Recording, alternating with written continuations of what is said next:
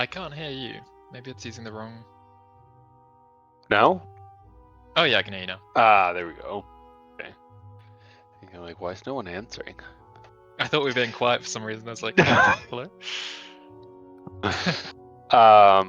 Kat, are you there? Kat mentioned she was sleepy. I never said I was sleepy. You did this. Well, I'm not looking. Hold on. My Discord doesn't want to open. Probably for the better. How is everyone doing? Good. Well, Excited. my PC was doing weeks out. fine until I opened the D&D stuff, and now it's crazy Oh slow. no! Oh no! Well, let me. But I have my physical dice, so it should be fine. Yes, looking forward to using that. You're using your red dice today. Yeah, but I might have both out because then I can just roll double dice immediately. Because like my damage is like normally 2 dice and stuff. I think. Fantastic. Yeah, I think that will help save a lot of time, and also it's fun to roll real dice. Yeah, I can lie. Yes, I have the stream up and running. Though people are yet to join, which is absolutely fine because it just gives us a chance to like get these little technical features and stuff sorted out now. But otherwise, how is everyone doing today? Let's start off at the top. Bard, how are you doing? I'm doing very well. Very excited to play. Been itching for a little D&D. Yes, it doing was. good. It was unfortunately called off last week when I was pulled away to another dimension in order to reap some souls. But I am now back to The Black Plague. Yes, exactly. Another outbreak of the Black Plague. Fantastic. And yes, tips next. How are you doing, good sir? Doing pretty good. Can't complain. That is good. That's good. And finally, coffee. Yes, we're back. And you've made some changes to your character. I think we had some discussions about what you wanted for Nina. She now has the ability to shoot bows at an expert level, which crossbows, which is very cool. Nice. Are you gonna go for double wielding crossbows? I haven't decided yet. It's just it can fire at close range and stuff now at least, so that's always nice. Very nice. You guys want to know something funny? I'm looking at the stream, and for whatever reason, I don't know if it was just chance, but whenever Kat was talking, your little avatar was talking too. You know? I think that has to be a coincidence. That must be because there's a few seconds delay, but we should sort that out at some point. As I get better at this, I'm going to sort you guys out with very little It's just animated. a delay, yeah. Yes, there's a slight delay with Twitch, but yeah, I want to sort it out so you all have at the bottom left here. You can have little animated characters which will talk when you talk. I feel like if Kat's computer can't handle digitally rolled dice, it will not be able to handle a digital avatar. That is true. It's like it's so weird. Like it's been running Overwatch fine like these last few days. That is like sorting itself out. I was watching like 10 YouTube videos at once earlier today, fine. As soon as I open like Roll20 and D&D Beyond, the computer says no. I don't know what it is about them. It's strange. We'll have to investigate it. Because I was trying to look at the settings just now to turn off the dice animations because I'll still get you guys' through, but I can't see where that option is. It's definitely in there. If you go into settings, you can definitely find. I found it. Animations that might help. It must be there's maybe some sort of Java kind of thing you need to update in order to get it to run properly. I just need a new PC. That's always. Oh, it doesn't now's help a really that... good time to get one, apparently.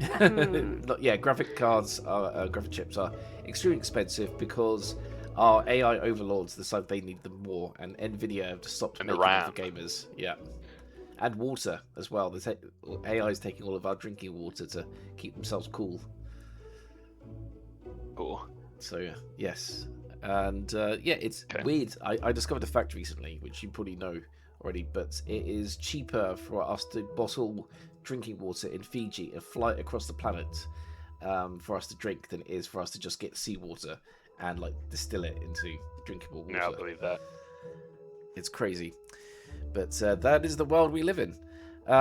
Yes, so I now have the stream up. I've got us in the in the scene. I'm just going to hide a little message that I was just messing around with some of the settings, but I would love it if Bard or anyone else who wants to jump in could give us a recap of what happened last time on the Curse of Let someone Strahd. else give it a go, because I have fallen off the note-taking train, I must admit, and so I've been relying on my imperfect memory, which, now that it has been 2 weeks, is basically gone. I understand. If you're not aware, Bard has spawned a new creature into this world, and it's taken up all of his attention in order to train it to fight. But anyone else want to jump in and give? Otherwise, I will give a recap of my own. I just want to make sure that I'm getting your perspective on what you think is happening. I can give my version of what I think is happening. Please do. We escaped Murder House, but also went back in. That's my understanding of what happened. That's a very good recap there, because that definitely did happen. There was a bit of timey-wimey, kind of like time loop curses and stuff happening in this house. Yeah, Tips, do you want to jump in and give us any idea of what you think happened, or is that Well, I mean, that happened, that's for sure. But I think we beat some baddies up, we escaped with our lives. We learnt some horrible things, and we saved some children's souls. So You certainly did. you can probably give a bit of a better breakdown than that, but No problem. But it's really good to know that you guys are paying attention and taking notes, because this is going to be very important in the near future. All right, well, let's start off. I promise to start taking notes again. Brilliant. Thank you, Bud. Okay, where to start? So it was Floki, Nina, and Loon who entered this house after meeting some children that seemed to be begging to help dealing with a monster that was on the 3rd floor, and they couldn't find their parents. Only for you to find out during your adventures through this dangerous, cursed house that their parents and a group of other people were part of this evil cult that were somewhat obsessed with Strahd, and they all seek to have immortality, and they realized a spell that could use their own children's blood to give them some sort of like quasi-immortality, a mixture of vampire and lich, and that is what they went for. You were offered also the opportunity to do the spell.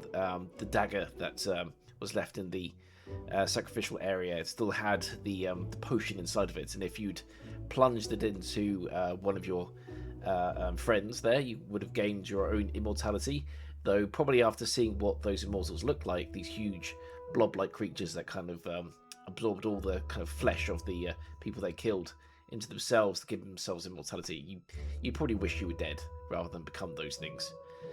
But there were 3 of them, and whilst they chased you out, you realised that the building and the areas you're in were decaying. They all had this red moss on them, like it was under a spell that it sent you back in time at some point, maybe like 100 or so years ago, to when the kind of ceremony had just been finished. And as you made your way through the building, being chased by these creatures, the building became more destroyed and was on fire by the end of it, where you guys all leaped out the windows and landed outside the building. And as you did, you had a quick vision of yourselves entering the building as the fire had gone. And looking over, you see that the building still stands, but it's been gutted by fire maybe 200 years ago. You suspect now, looking at it. It's been a long time in disrepair, but there has been a strange change to the building. The children that had been murdered as part of the ritual, their souls were trapped in this everlasting loop, but you'd finally put their bodies to rest and escaped, and that had allowed their spirits to be free from the house and able to move on in whatever way that you can in Barovia. So you felt pretty good about that, and you landed outside, which now, if you guys are on the same map as I, out the front of the death house, you were just dusting yourself off when suddenly Strahd appeared. In fact, it was such a shock for you to find him standing amongst you that all of you are now stunned for 1 round.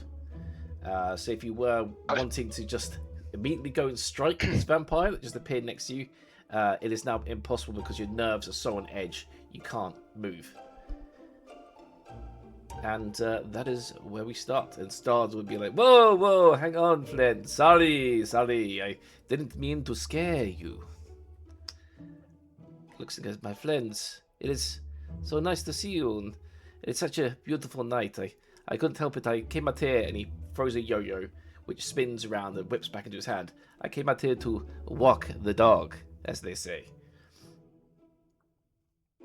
What about cradling the cat?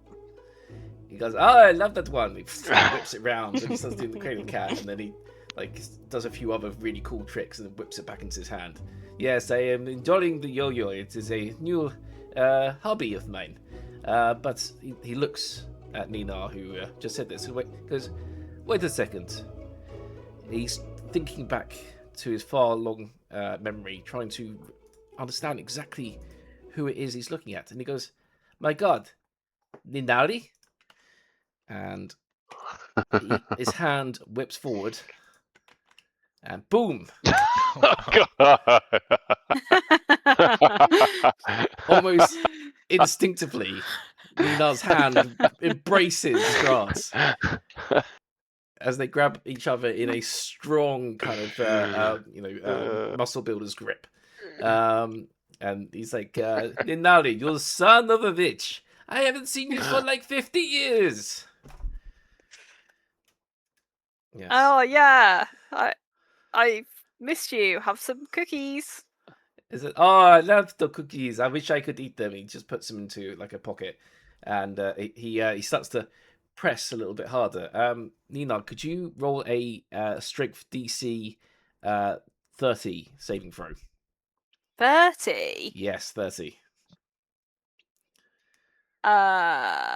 18. 18. So with that, he starts to kind of press your arm more and more until you really can't hold the strength, even with your mighty gloves that give you all that power. It goes, what's the matter? You've been pushing too many knitting needles? And you finally... Can I try and shove him? Yes, please do. What do I need for that? Another strength check? Another strength check, yes. So if you do another strength check... 15. 15. So you try to push him, and it's like pushing against the brick wall. You just hands bounce off, and it's like, ha ha, just like old times. Yes, Ninali. And he turns to the others. She was an acquaintance of mine about 50 Now that years he's ago. turned around, I'm going to jump on his back and headlock him. Excellent. Please roll another strength check. 10. 10. And he is laughing at this. She's hardly changed. Look at her. She's like, 19 years old? And she's still like she was, like back in my day. Always trying to break my neck. And he basically explains, like, yes, we were somewhat competitors back in the old days, fighting for relics, trying to outdo each other, just like fun little scabs. But yes, I haven't seen you for 50 years. I thought you escaped this place. What are you doing back here? Oh, bit of this, bit of that. I understand. See, I thought you had left this land long ago when you finally got your hands onto the wish orb that we were both fighting for. You left me in a bit of a lurch there. I have left these lands. What do you mean? I'm not in these lands. It's just like not many people escape Barovia, but you did. But I'm glad to see you back. And he then gives you another big hug. Then he goes, but look at you guys. Your clothes. You are a mess. And he clicks his finger and then clicks it 2 more times. And each time he's casting Prestidigitation and Mending on you. And you feel it like it's like a warm puff of air as your clothes like expand and all the kind of cuts and breaks in your armor and clothing repair themselves, and all the muck and dirt that was covering you just flies off, and you suddenly feel refreshed, like as if you'd been fully cleaned and never felt cleaner in your life. Yes, it's so good to see you, and yes, and welcome. You joined my new friends over here. This is very nice to see. Thanks, buddy. Really appreciate the cleanup. No problem at all. And oh look, he then sees over the side that there's the mannequin that you'd rescued and kept in your mouth as you were still a line, Flokeen, dragged through the building. He goes, my God, it is one of my puppets. You know, we cannot find these parts anymore. Not since the Forge Wars. Yes. I would love to take that off your hands and give it a little bit of a tinker here and there and get it running again. I'll step between the two of them and say at what cost. You're always such a And at that, Floki suddenly, he's been sort of containing anger, rage, confusion, a mix of emotions. He finally bursts out and he says, "For more vials, we'll trade the doll for more vials." And so it's like, "Oh yes, of course. You guys look quite tired here." And from his pocket, he pulls out a little pouch, which seems to like magically pull out a potion after potion. He goes, "Here, I slightly tweaked the recipe. The last batch, it had a shorter shelf life. Seemed to explode just a day after I'd made them. Very unfortunate, but these ones should last you a few more days." And he hands each of you a potion. Do you take the potion from him? I'll take it, yeah. Excellent. So if you want to add a Strahd potion to your inventory. What does Loon do? I mean, Loon will take it. But I think is eyeing you up a little bit. I greedily sort of grab it and I say, "More? Do you have more? This doll is worth much to you," you said. So it's, I have many of them. Yes, I'm doing a little bit of experiment. This is batch 43. I hope you like it. And he hands you another vial, and then he walks over and picks up the doll, and then shoves it into the same pouch that he pulled the potions from, and then steps back to greet you guys. So he now has the doll with him. And he goes, what has happened? It seems that you guys have been in a bit of a scuffle. Can't be to this house. This place has been long deserted. Why don't you step inside and find out? So goes, "Oh, fine." And he steps inside, looks around, and goes, and then steps back out again. And goes, "Yes, it does feel somewhat different. There's always a kind of dark presence with this place, but it feels refreshed, you know." And as he comes back out, he kind of takes notice a second. He goes, "Oh, I see that, yes, you have the deed to this house now, and to the old Bone Glider Mill. Very, very interesting. You must have salvaged it from the burnt-out wreckage." Yes, the deed to this house, it is a great thing to have. If you accept it, you can claim this house and make it your own. It'd be lovely to have my new friend so close to my castle." So this is a bit of a meta question. Can we rescind access to a house from a vampire, or like once like a vampire has had access to the house, then he's like forever entitled to enter it? Do we know? Ismark has told you about this. So once you have claimed a house, and you really kind of need to have one moment where like all the windows and doors are shut, and then at that point and you're inside of it, you've claimed it as your own.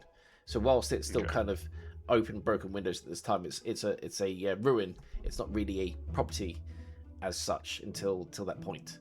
So yes, you can once you give it some repairs, you can make it your own property, and then they can't enter. We can make it an orphanage. Yes, you can. In fact, and this is again going to be a meta building here, you can make it what's called a bastion. Now, bastion is something that they've brought into the kind of D&D 5.5e 2024 rules, where once you own a property and you reach certain levels, you can create special rooms that give you different kind of things you can build, or different spells that you can cast. Or and even things like growing lots of food. Like for Floki, you might want to have a garden where you can grow lots of rations for the group. They're very, very cool rules, and I'll share the link to the details about them in the channel. So give me 1 second. If you're on PC and you're logged into the D&D Beyond, that link should help you see the kind of rooms you can build. you'll also see that there are some level caps to them, so they're saying level 5. So in this sense, because you guys are all level 4, by the time this building gets repaired, you would have reached level 5, and that's when the doors will open, and then it's your own bastion. And you can build all sorts of things. You can build arcane study, armories, greenhouses, theatres, pubs, all sorts of things you can build, and they all have very cool features with each of them. So if you have a look at that link, that's a fun thing to think about before you hit level 5. Marvelous. So do you accept that Strahd is asking, like, are you planning to keep the house now that you have the deed?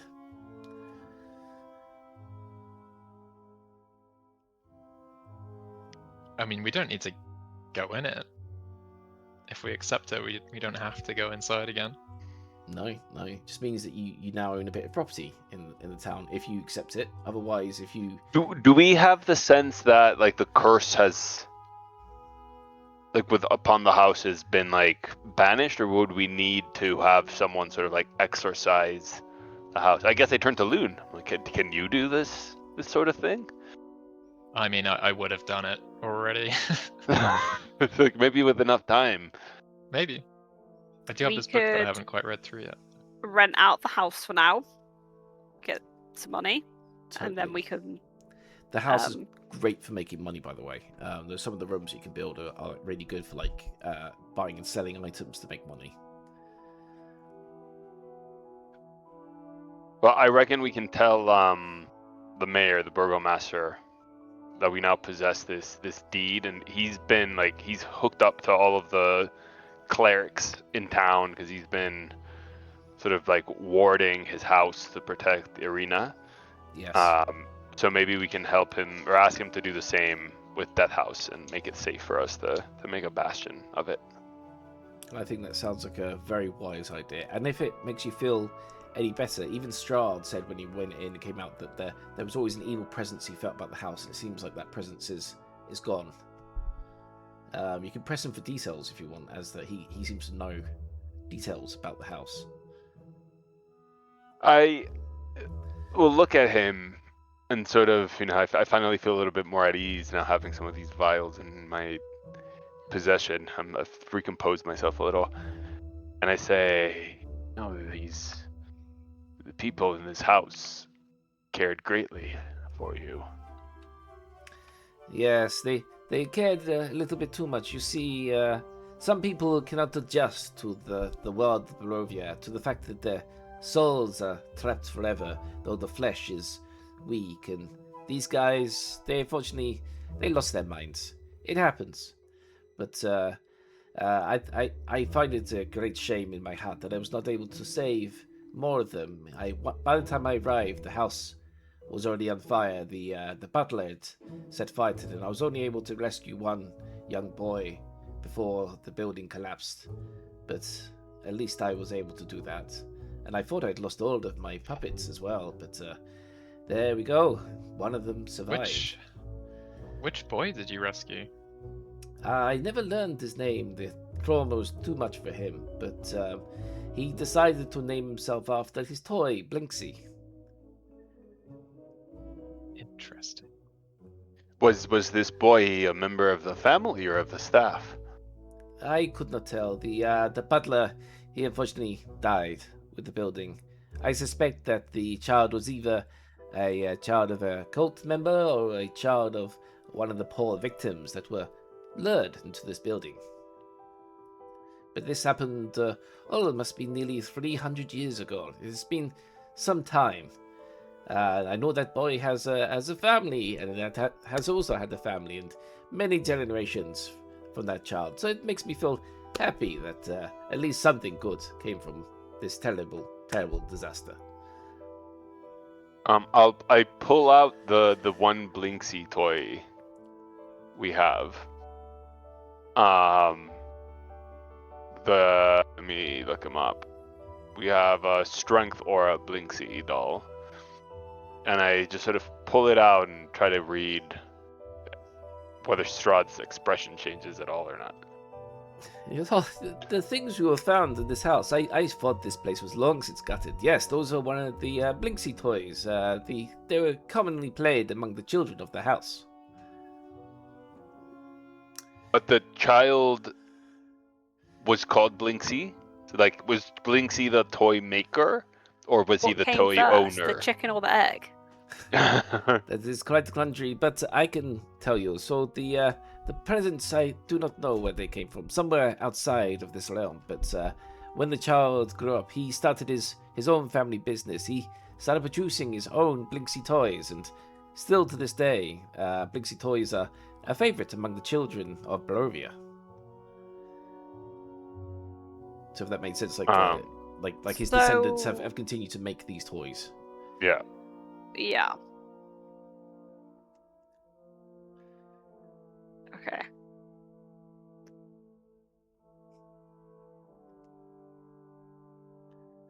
I don't know what to make of it.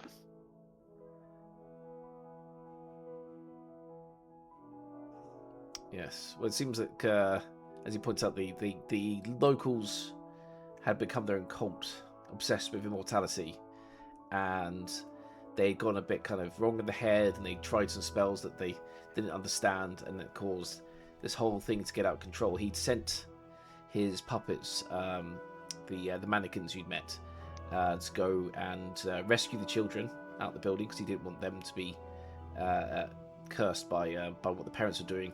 But because by the time he arrived himself, the building was already on fire, and there was only one child outside crying. And he saved that child, and that is, as far as he knows, the end of the mystery of what happened to this building. And so, but this child then like went on to live a full life. Yes. Like a full Normal life. Yep. Yeah. Children, built a business, has a home in I think Vallaki. I'd have to double check my notes, but I believe he went and built a house in Vallaki. Hmm. And Strahd didn't turn him into a vampire. And his style is like, why would I do this? I only do to those I love or those I hate. I mean, this child, he was just a child. I would never turn such a helpless creature into a creature of the night. Then he looks at it and goes, but how do you even know about that? I mean, I prefer that people don't really talk about that side of me. It's kind of personal. I was just guessing and you admit it. Very good, very good. Yes. So, but do you? And he asks again, like, do you wish to take the deed for your own? Do you wish to make your own home here? Oh, Yes. Grumble, yeah, yes. I vote Along yes. with, you know. Think That of all means the we're, children we could house here. That's true. So, Loon, do you agree as well? Yep, I agree. Okay, and with that, Strahd snaps his fingers again. As you know, this time he whistles, because that's his command. And as he whistles, 3 vampire spawn appear out of the night. And once again, you're all terrified as they just suddenly rush towards you and appear next to you. So I'll grab these guys now. They've all dropped into place, and they all kind of bow down and say, "What do you wish, my lord?" And he's like, "Oh, there you are. Yes, give this place a good fix up. Let's make it a bit of a nice place. Get some bathrooms, get some bedrooms sorted." And so he's just kind of suggesting kind of things to fix about the house. And whilst we're doing it, I'll share with you after this session. I've got a basic map. There's a program called Dungeon Scroll where you can design your own bastion. You can draw the walls, decide how you want to have the rooms if you want to, or you can just give me a list of things that you want. And then by the time you hit level 5, these vampires will have finished their work building this house for you. Strahd is very nice. I don't know. Yeah, Floki doesn't know how to feel. Like he's afraid of antagonizing Strahd, obviously, since the Vampire Lord has everyone sort of cowed. When we first met him, Floki trusted him. We've since met people that very clearly say that he's the cause of all the problems. Now he's being really helpful. So Floki, who is, not one for rigid sort of good versus evil. He lived in the forest, with animals who again are just about like nature rather than like being good or noble or bad. I'm sort of withholding judgment a little bit about Strahd. Yeah, Strahd's a Plus, complex as far as I character. know, he's the only one that can provide me with these potions, so I'm afraid to sort of antagonize him too much. Understandable. Do you want to ask Strahd anything about the potions? Because you might be, like all of you, in fact, might be a little bit nervous about these gloopy red. Oh, I'm not nervous at all, but I will say, now that he's sort of like been yapping for a while, I feel maybe he's loosened up. I sort of casually let my what's it called? My herbalism kit just sort of drop out of my pocket. I'm like, oh, oops, I can't believe I dropped this. It's like, oh, you craft potions too, Strahd. Can you tell me perhaps how you made these? And I sort of take out one and shake it. I'm curious from a professional standpoint. Could you roll me a a DC 20 Wisdom saving throws to not just immediately just open one of the bottles and down it straight away? Because it's like it's in your hands. Did now. that come through? No, it hasn't. Wait, 1 second.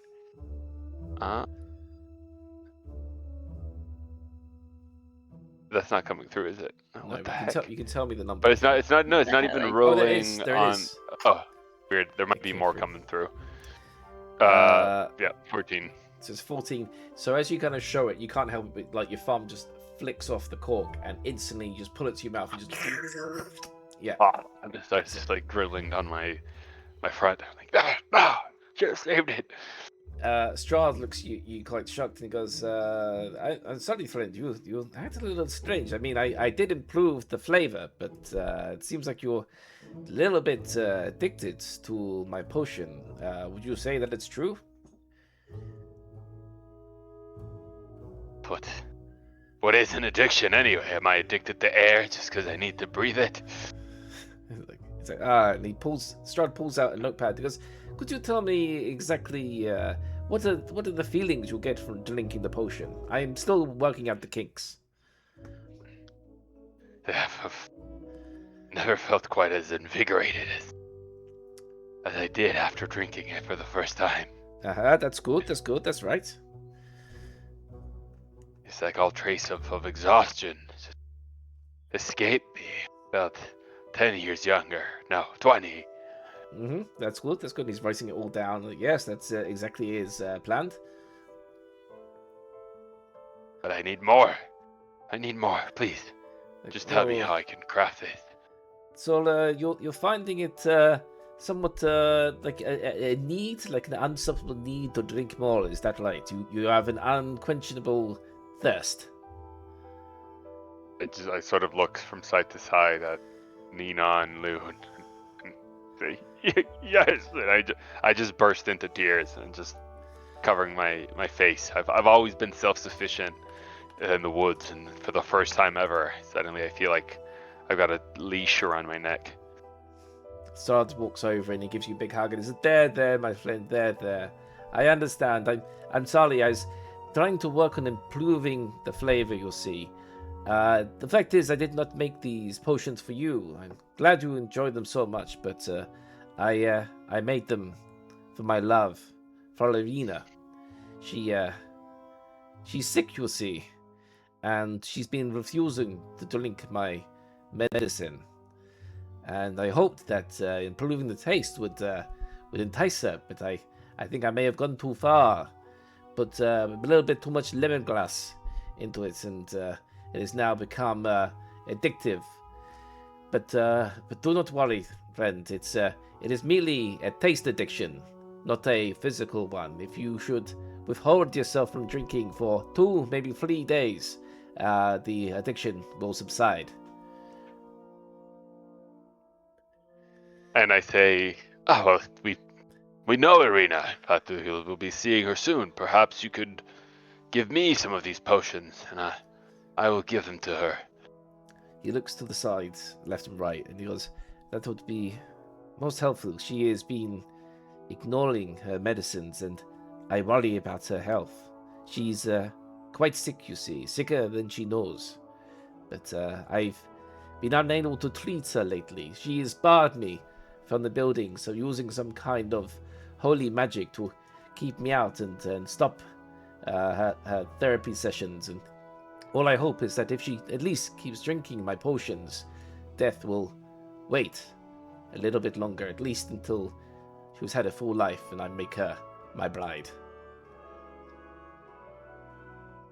I nod as if I'm taking all of this in, and my hand is sort of extended towards Strahd, hoping to take his potions for Arena, of course. And he goes, "Well, I'm planning to go there myself. Maybe she'll let me in. And if not, then I'd happily hand her the potions to you. Shall we move on? Shall we see if Alina is a little bit more open to my therapy now that you are here and can vouch for me?" I think we've become quite good friends with them. We can invite you into their home if you really want. That would be extremely helpful. Loon, this is your moment. Prevent calamity. I think Loon's just standing there, just wide-eyed, just like, what are we agreeing to here? But no, I don't think we can. I don't think we can invite people into someone else's housing, can we? As you kind of wave your hand talking about this, Loon, I'd want you to roll also a DC and 20 Constitution saving throw. Okay. 13. That is 13. As you're waving your hand around with a bit of vigorous movement with your left hand, you suddenly feel a crack as every single bone in your middle finger snaps all at once. And suddenly your middle finger becomes kind of flaccid. It kind of like whips around and starts to wag left and right like a tail in a horrible jerking motion as you feel the bones crunching beneath it. Oh my god. Yes. Um, And with that as well, because you only got to take 13 there, you begin crying because the pain is just so severe. Yep. Poor dearie. Poor dearie Eat indeed. some cookies and milk. At that, suddenly, in a flash, Strahd rushes forward. He grabs hold of your hand, and he brings it up to his mouth, his fangs glaring as he kind of is ready to bite into it. Could you do a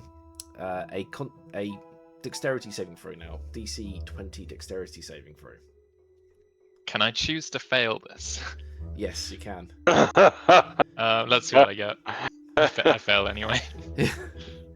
Strahd grabs it and he kind of sinks his teeth into your hand suddenly, but you don't feel any pain. In fact, you feel a sense of relief for a moment, as if acupuncture had been performed in your hand and suddenly the pain had gone. But Strahd, he doesn't bite deep and then takes the hand away and he goes, "My God, friend, you didn't drink my potion when I first gave it to you on your arrival. This is most perplexing. You've allowed the infection in your hand to grow, and I'm afraid it is beyond saving your hand." No, I've heard there are doctors in another town to help me. Strahd nods, and he's taking a very big kind of attention to your hand. You see that there've been more changes. You've lost all fingernails in your fingers and thumb for your remaining fingers. There's a bulge appearing on the opposite side of your hand to your thumb, as if there's kind of bulge growing. Your whole hand is covered in thin black hairs. It is becoming quite strange. What is this infection then? He turns your hand over and goes, "I'm afraid that you have a mild infection of lycanthropy. It seems that your open wound was contaminated by lycanthrope blood, and you failed to treat it as fast as you should. Your hand is slowly becoming cursed, and if you are not careful, it will run its way through your heart, and then at that point, you will become a werewolf." Oh. And he looks at it and goes, unfortunately, my surgical equipment is back at my castle. But I do have an idea. If you cannot make it to my castle in time, if you go to Taser Pool, you will find there a surgeon in the camp, and he is quite skilled. I'm sure he would be able to help you with this predicament, at least to sever the limb before it spreads further. We can at least try to save your elbow. Like, I can sever his hand. No need to go there. Strahd looks over and goes, I'm sure you could do surgery, but you understand this is not like a regular surgery. This is a curse. It is spreading up through the fibers of the arm. If you were to cut it now without the proper procedure, it would just simply spread further up the arm. I would recommend you find a surgeon as soon as possible. I think I'll try holy water first. And he goes, there's a little hiss as you say holy water. And he goes, disgusting stuff. And I'm afraid you're much too late for that now. It simply must go. But yes, I will. If you drink the potion I give you now, it should at least delay the effects by one more day. So he then kind of pushes his potion towards you. I'll take it. I'm not going to drink it. I have to be like, no need to drink it. We should store it. You know, this doctor he speaks of, he might have a better cure. And he goes, yes. You'll find him at the campsite at Taser Pool. He's quite skilled with a knife. How is Taser Pool spelled? Let's see, I'll get the exact spelling of it. It is spelled Tser, and then Pool, Pool. Okay. And he mentions as well, it's a Vistani camp, spelled Vistani. So not quite that Taser. I'll copy the exact name. I don't know, it sounds fun. Yeah. Taser Pool. Taserface. Who names himself Taserface? Do we know anything of the Vistani? Have we heard anything in town, or would we know what the Vistani? You have not yet heard of the Vistani, though. The way Strahd kind of says it seems to be, kind of a common thing of this land, a Vistani camp. Okay. You're welcome to ask him more details, or we can move on to the next thing. I'm keen to ask, can you take us to the world map for a second? Sure thing. Where did I put that? No, not there. Probably around there we go. And then move ribbon here. So we are going to, or the plan is to go to Vallaki, right? To pick up like a carriage and horses, then come back to Barovia, pick up Arena, and then take her all the way to Kresk, right? That was the original plan. Yes. So without telling him that, obviously we're trying to take Arena as far away from him as possible. I'll say, Strahd, we were thinking about going to Vallaki, but are obviously quite concerned about dangers on the road. You've been so helpful. I hate to sort of presume any more kindness from you, but could you perhaps tell us what the best way to get there is, or give us some type of safe conduct as we understand it? The creatures of this land bow to under your rule, and perhaps you might be able to guarantee our safety on the way there. Strahd nods at this and smiles at your mention of the people that serve Strahd. He obviously likes the way you say it, and the idea of that out there are a lot of people that obey him. And he goes, of course, I would love to help friends. So as you still see the map, he pulls out a map as well from his pouch and opens it up for this section at least. So if I click to focus ping, so over here he goes, this is where Taser Pool is. This is where you'll find the Vistani camp. They are quite a notoriously rambunctious group. You could have a lot of fun there. Just don't get too drunk, or you might find nothing in your pockets the next day. So he says that you can get to this point as well. If I focus ping over here, this is where there's a crossroad. One way leads to Taser Pool, and the other way leads further north to this crossroad here, where you can either take a left to head towards Vallaki, or go right and start heading towards his castle. And he goes, and remember, you are still invited. I would love to have you for dinner. And he passes a invitation over to Ninar as well. And the invitation on it says Ninari. It seems that used to be her name back 50 years ago.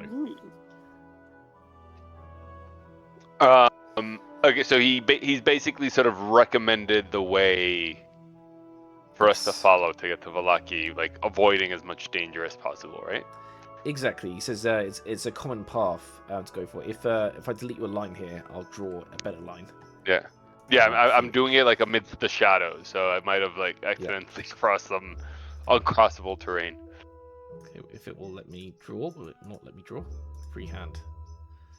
There it goes. Okay, so cross the bridge, and he says to come here. This is where a crossroad is, and then I think we can't see until you. Yeah, finish there. Okay. And then the other route, so then make it like a yellow one. You can cross the other route. Thanks for making the arrow the same color as the background for maximum clarity. Yes. Sorry about that. No, I'm joking. It's kind of bright green. I'm just being facetious. Yeah. And so the other route, which you can see here, goes this way. And then I'll grab a new color. And that one avoids Taser Pool. So from Taser Pool, you can just go along the coast and then kind of like cut across if you wanted to. But I mean, we want to go through Taser Pool to at least have a chance at preventing Loon's lycanthropy, right? Yes. So you can just assuming he wants to. I mean, this might be his little like opportunity to become a werewolf moment. Yeah. He might be like, yeah, screw this.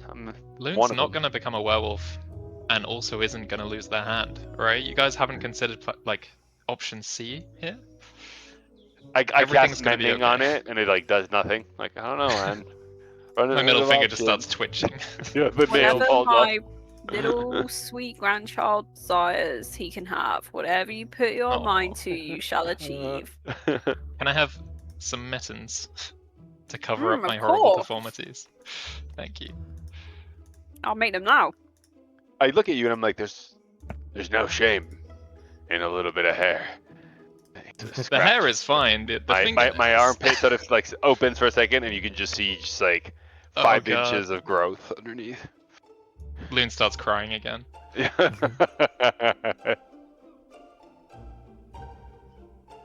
Okay. Boogie doesn't understand what the big deal is.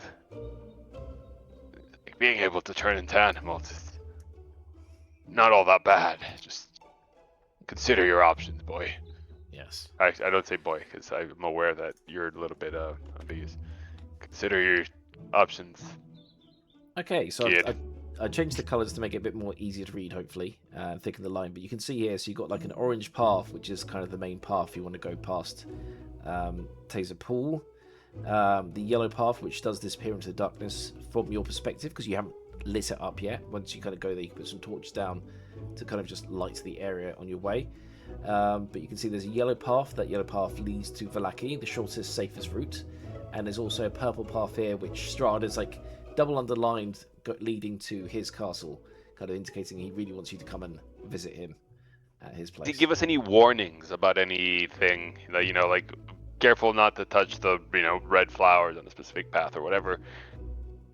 He does go, yes, well, my recommendation, do not enter the forest at night. That is when many of the blighted come out. But during the day, it's a lovely place to frolic in my lands.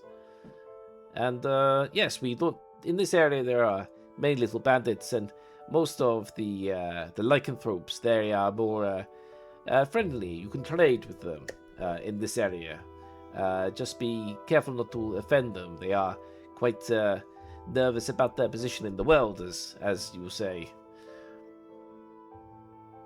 So the werewolves we encountered that tried to kill us, that was to the east, right?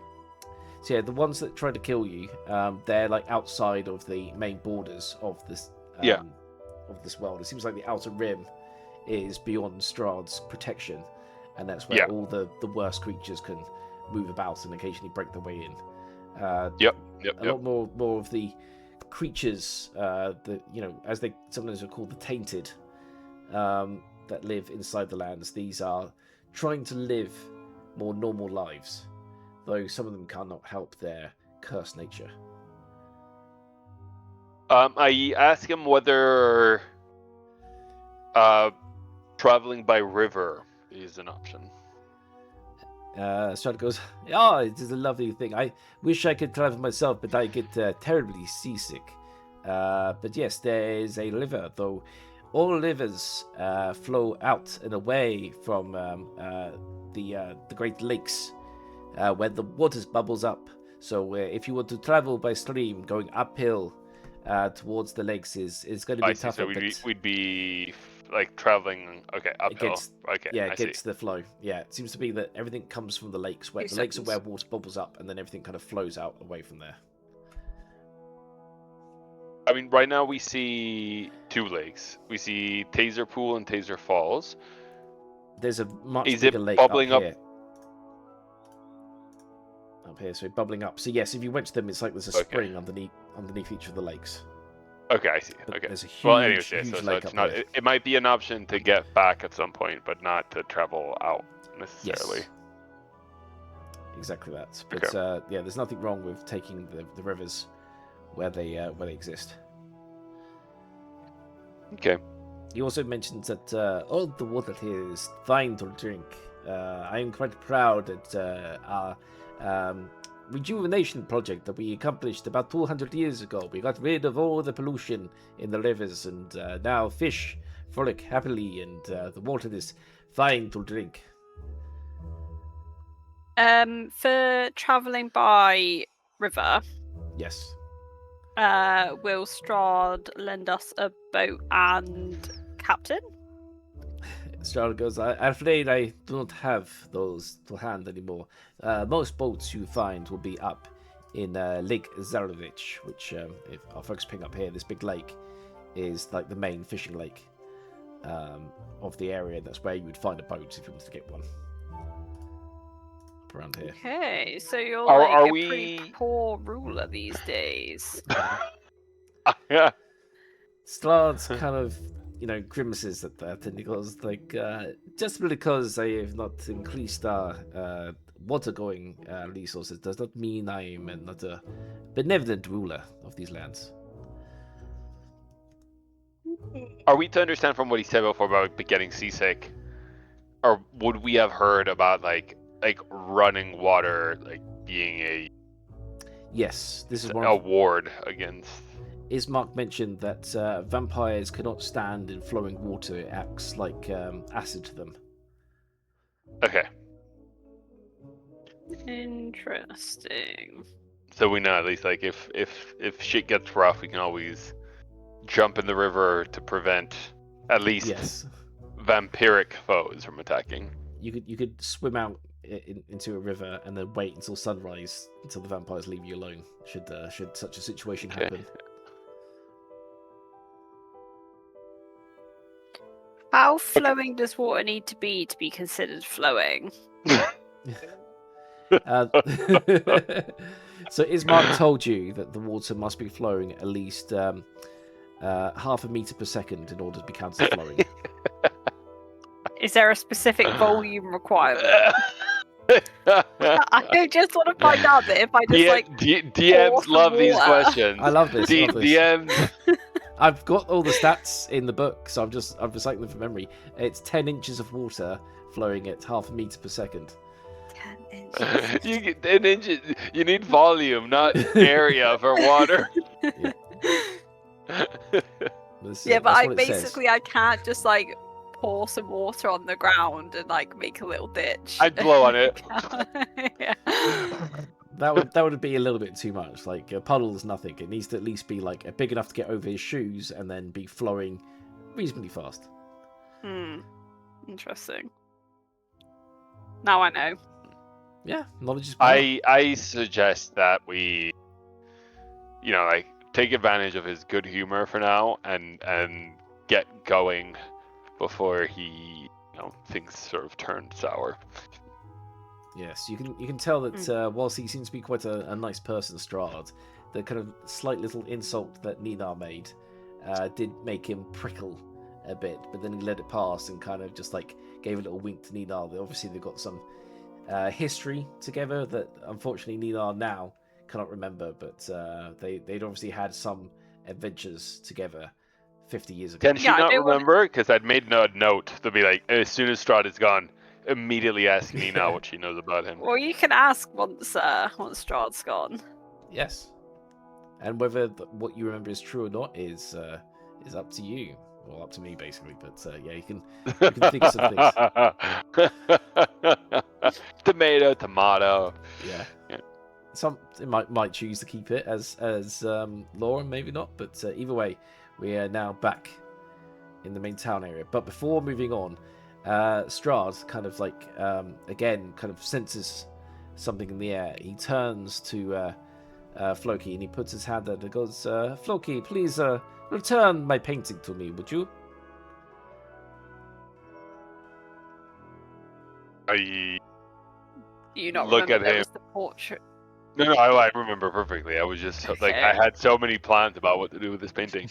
I look at him like, I say nothing, but I'm trying to be like, well, maybe I can wait him out on this one. The ring, but I Bilbo. don't like immediately reach for it. The ring, Bilbo. Give me the ring, Bilbo. Yeah, Strahd is like, give me the painting.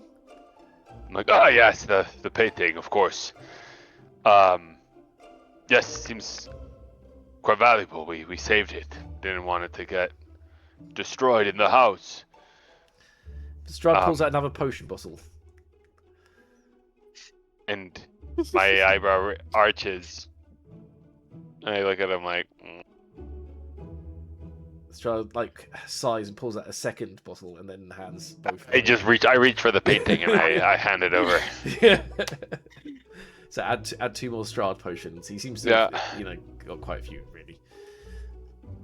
Yeah, I'm sure he's not short on. They're very cool potions, that's for sure.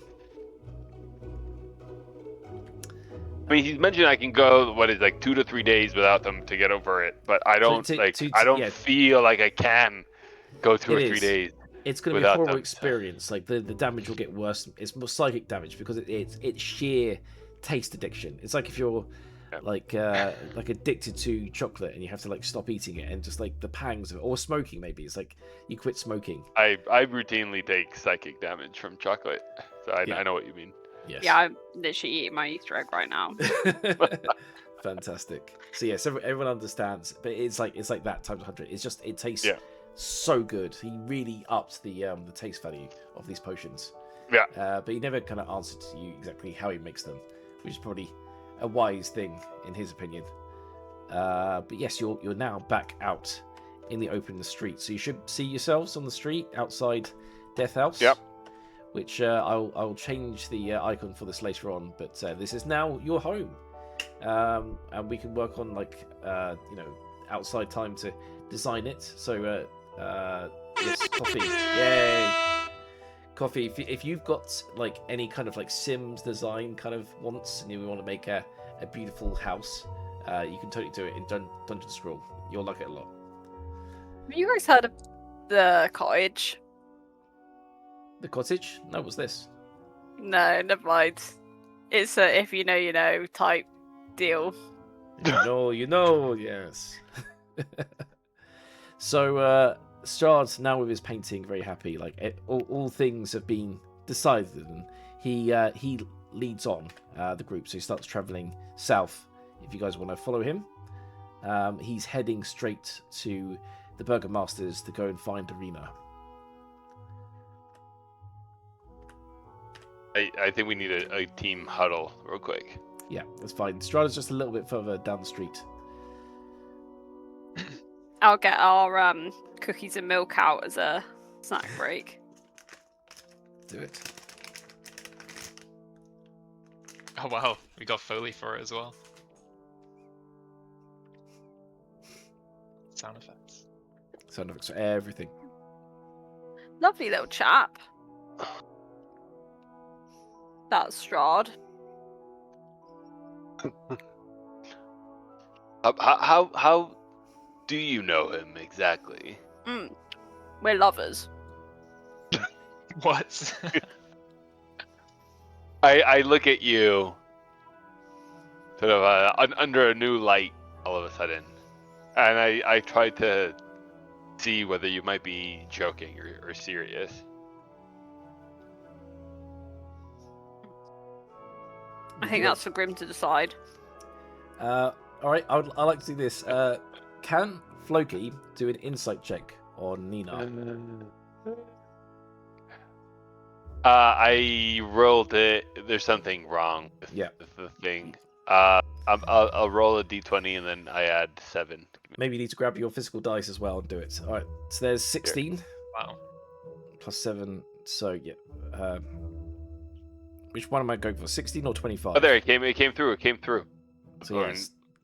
Well, it would have been plus 7 anyway. So it's either a 25 or a 23. We'll go with the 25. And what you get a sense is that back in her prime, Ninari, as she was once called, had kind of like a love-hate relationship with Strahd. They would be entangled in various adventures as Positions? and positions. All of that, they'd be involved in various kind of like campaigns across Barovia, kind of saving the day. As Ninari, you get certain memories back that what it was is you were for a long time trying to escape Barovia. You never kind of accepted that you were trapped in this place, and so you were kind of a bit of a relic hunter, a bit of a tomb raider, going around kind of. And I want my knickknacks. Yeah, exactly. And there was this other bigger danger, something bigger than the danger of Strahd, that kind of brought you guys together. Like you were both competitive to get these relics, but you both agreed that it was better for you to get the relics than whatever this other force of nature was causing havoc in Barovia. So yes, you have tangled together. I see. Good to know. Good to know. Actual lovers or more like Frenemies? Do you ever watch Buffy the Vampire Slayer? I have not. No, I've seen a couple episodes, but I don't know enough about it to get any. I was going to mention that there was a character called Spike who was like one of the kind of vampires, like some of the characters befriended, and Buffy had a fling with him for a while. It's kind of that sort of situation where, like, I hate you, I love you, kind of situation. Yeah. But my main hesitance is towards Loon and what Loon might be feeling about this. I feel some like protectiveness towards Loon, and I'm afraid of their silence throughout this whole thing. I want to make sure that we don't go against what they might want. I think Loon is so preoccupied with their hand. And this whole place is so foreign, like being disconnected from their gods. They're very, I think they're open-minded. Obviously, they're not a huge fan of the undead and Strahd in general. But he is an adult, and Loon is 10 years old, so kind of going along with the party. Okay. But Loon's not interested in taking this magic potion or losing their hand. So I think risks becoming cursed. That's not going to happen. No. But are you still set on getting the surgery? I just want to know before I have to put stats together for the old werewolf thing. But yeah, it's up to you when you get there. No. So do you want the surgery or the lycanthropy? Are your options right now? And you're like, no. I won't have either. Thank you very much. Yeah, thanks. That's my decision, actually. That's fine. If you can find a third option, I'll be all ears. But until then, like. But he's like, until then, I'll be looking up a stat block for a werewolf. Yeah, it'd be something interesting. Okay, so there's far a we have couple- a werewolf, a drug addict, and an ex-vampiric lover as the party members. I like this. Yes. Exactly, and yeah, it's like Nina's going through this for the second time. It's a second playthrough of Curse of Strahd, essentially. Well, as we start walking towards the house, I've now taken the potion. I feel fully myself again, Yeah, and I realize we're now like we're taking a vampire towards his purported victim, and I sort of come to my senses, and I look at Strahd and I say, actually, the trip to Valaki, I really think we must get going as soon as possible. Strahd, hearing that Dunstreet comes back and he goes, "I understand, friends. You leave it to me. I'll make Arena see sense." And he turns back, and so as long as you're sure you don't want to come along, maybe help kind of like. I look towards the mediate. others in case like I might be outnumbered, but I am hesitant to, now that I'm fully myself again, to take a vampire towards his victim. I guess we would lose favor as well. With the what was it, Burgermeister? Yeah, the Burgermaster. Like the mayor of the town. I if can we roll at Strahd. whisper very poorly to Floki and say I can keep Strahd distracted and occupied here for a bit if you want to go organise some other things. I mean, I really am quite keen to just like get going. I guess the only thing I'd like to do is go to the mercantiles to like recruit, some help along the way. We were told how dangerous the road is. Yeah, it's up to you. So yeah, you can just leave Strahd to his thing and just head straight there to the mercantile, which I can point to you the way, or you can follow and spy on Strahd, or you can just come in with him and invite him into the Burgermaster's house if you like. So those are kind of your options at the moment.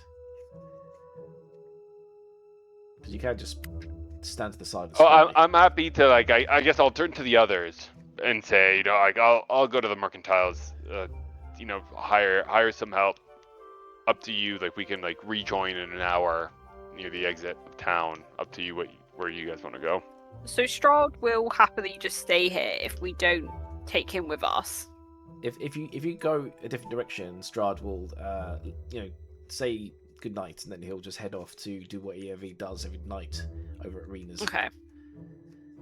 And it's only if you want to witness or help out or hinder at all. It's kind of options. Otherwise, you can just leave him to do his thing. This is a daily occurrence or nightly occurrence. And from what the mayor has told us, so far the protections have held out. He's just like it's unsustainable. Yes. Like, they have a relic they talk about, and they haven't disclosed what this relic is, but they have a relic in the house, and it blocks all creatures of the night, not just vampires, but werewolves and other creatures from being able to enter the building. But it requires a charge. Like it has a 1 month max charge of 30 days, and it needs a cleric or a priest to use up a spell slot, and that gives it another day's worth of charge. So currently, I think it has about like 27 days of charge. So if Loon wants to go and give it another charge, it will then have more days. Otherwise, that's kind of your time limit. So it gives you a limit of how soon you need to go and come back before it runs out of charge. And at that point, I don't think it will be able to stop Strahd from entering.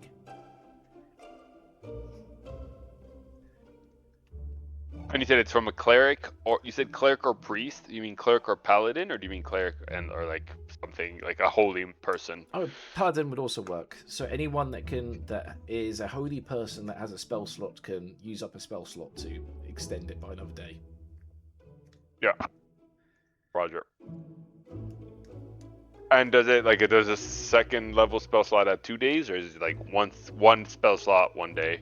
one spell slot, one day. It makes no difference because like even though it's like more powerful spell slots are out there, they're all just spell slots at the end of it. It's just some of them give you access to higher level spells. Yeah.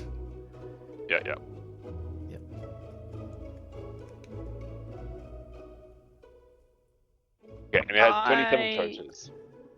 Would also like to recruit friends. Excellent. Get some. It's like the equivalent of getting the grandkids to mow the lawn, right? 100%. So yes, you got at the Mercantils. You got people you can hire. They cost 25 gold a day to have with you, and they're hireable mercenaries. And I already have some pre-built. Like I've worked through with Bard on his particular one, Peregrine, that he wants to bring into his group. I also have some other ones that I made quickly as well. I can name some of them. We've got When and We Walligan. We've got Trixie McCarthage, and we've got Brother C, and we do have Nigel of Peckham, but he's a friend of mine who's considering joining the group, and so he's built a character for himself, which I'm sure you can hire for now if you wanted to. So these are the characters you have available. And they're 25 gold a day. Yes, they are, and you can create your own character if you want to. After the session, you can create your own second character, and yeah, they're hired sidekicks that work with you. I was looking through the party inventory, and I want to make sure that it's not a mistake. Yes. I can't remember who added it or when.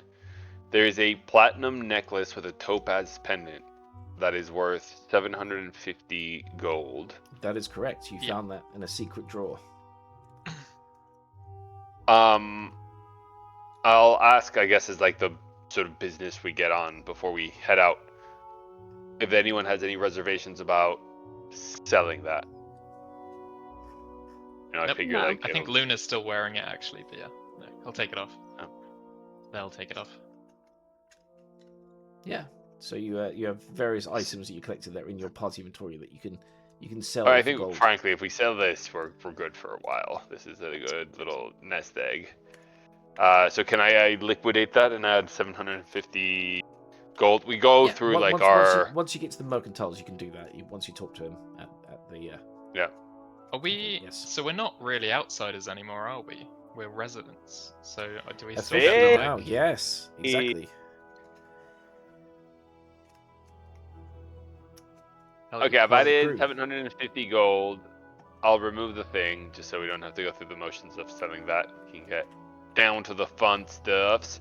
But we now have just shy of 1,000 gold. I feel like we're in a good place. I reckon so. We can give So out a lot of pocket money. I'll walk in and sort of eye up these mercenaries. Okay. So And I see. Sorry. I was gonna say, should we skip time ahead? So just go straight to the building. Mm-hmm. Brilliant. So skipping time, Strahd. So I'm just gonna move your characters. They're on the map at the moment. You do follow Strahd for a while. Why can't I grab these guys? Down the street, and this is where Strahd gives you a bow and wishes you well and hopes to see you at his mansion, at his castle very soon, as he heads down the street towards the Burgomaster. On the way, Strahd had pulled out a second yo-yo and was doing such amazing tricks, and you were so wowed and inspired by it that everyone got heroic inspiration. Holy shit. So if you already have it, I already had it. So you get double heroic inspiration. Double? I don't know how to make a note of that. I'll put it in my notes. Put it in notes, yeah. But you've got extra. I actually already had half a heroic inspiration from last time. Well, then it's just a full. So do I get inspiration 1.1 now? It's just Nice. one, unfortunately. But still, it's good. But yes, Strahd he's a talented guy. You can tell that. You know, he says like he's still learning yo-yo, but he seems like you've never seen yo-yos before, but you are now fascinated by them. But if we had, we'd still think his tricks were amazing. Oh yeah, like he's someone that could win the kind of the local regionals of any kind of yo-yo competition. He's not quite at world class level, but he's pretty good. Yeah. Yes. So Strahd kind of says goodbye and he travels down the street, and we'll now move our location over to the mercantiles. There we go. Ooh. So you guys should still be in the site. Hey, you made a token. Thanks, man. Oh, you can see it already. Yeah, I don't know where my character is. Oh, it's because I can see from him. You gave me control over him, so I can see through his eyes. Already, yeah. Yeah. So Almost as if you knew. Do you like the token as well? I'll make it full screen for everyone Yeah. to see. I made it pop out a bit so the Oh, the nice. knife and the arms kind of pop out of the frame and the hat too. I love it. So it's I good for 3D love depth. it. Yes. God, he's handsome. And he's tall as well. You guys are all short people, and then now we've got this one tall, towering person. But you don't really know him yet, story-wise. That's a bit meta. You know, he reminds me a little Petite. bit of the goat. The goat. Oh, Our goat. Yes, our goat. Yes, definitely. He's The Who's our smile. goat? yes, our Overwatch goat. Mm. Yeah. What? Yeah. Yeah. I'll let him know. Yeah. The If he's not already prompt watching. Yeah. the prompt to ChatGPT was a mix between El Zorro and Inigo Montoya. So Yes. let you know that he looks Oh. He wanted, a little bit you, like you killed my Antonio father. Banderas. He'll like that. Prepared to die. Well, he was really offended when I said he didn't look like how I thought he'd look, so maybe that'll make him feel better. This is his true. Maybe it will inspire him to join us in a bit of D&D as well in the future. But yeah, we'll come to that. So yes, he's just standing up there, kind of like going through his equipment at the moment, whilst the rest of you are down here arriving. You can see that over this side that there is a secret door built into this shed. This is where last time you had the blacksmith pop out and have a chat with you. If you remember him. His name was, let me just pull it out. He's the one that wants all the trinkets we pick up from the Yes. corpses. The knickknacks. Yes, knickknacks. knickknacks. Periwinkle, the blacksmith. Yeah. But he's obviously left the other door closed at the moment, so unless you go and knock on the door, you have to try and find them by going through the front door. Well, I mean, I don't know what knickknacks. I mean, Nina wants to do, but I'm gonna sort of go in and just start sizing up the mercenaries in here. Yeah, I'd like to try and sweet talk all of the guys who are available for hire, and see if I can't convince any of them to give me a discount because I'm sweet old lady and I feel like their grandma. All right, you can totally try that. So you've got 3 people here. You can pick member for that list I gave you. So if you ever went to back to D&D Beyond, went to the Ponies of Strahd campaign, you could see some unassigned characters. These are the ones which are able to be taken if needed, or you can create your own new ones.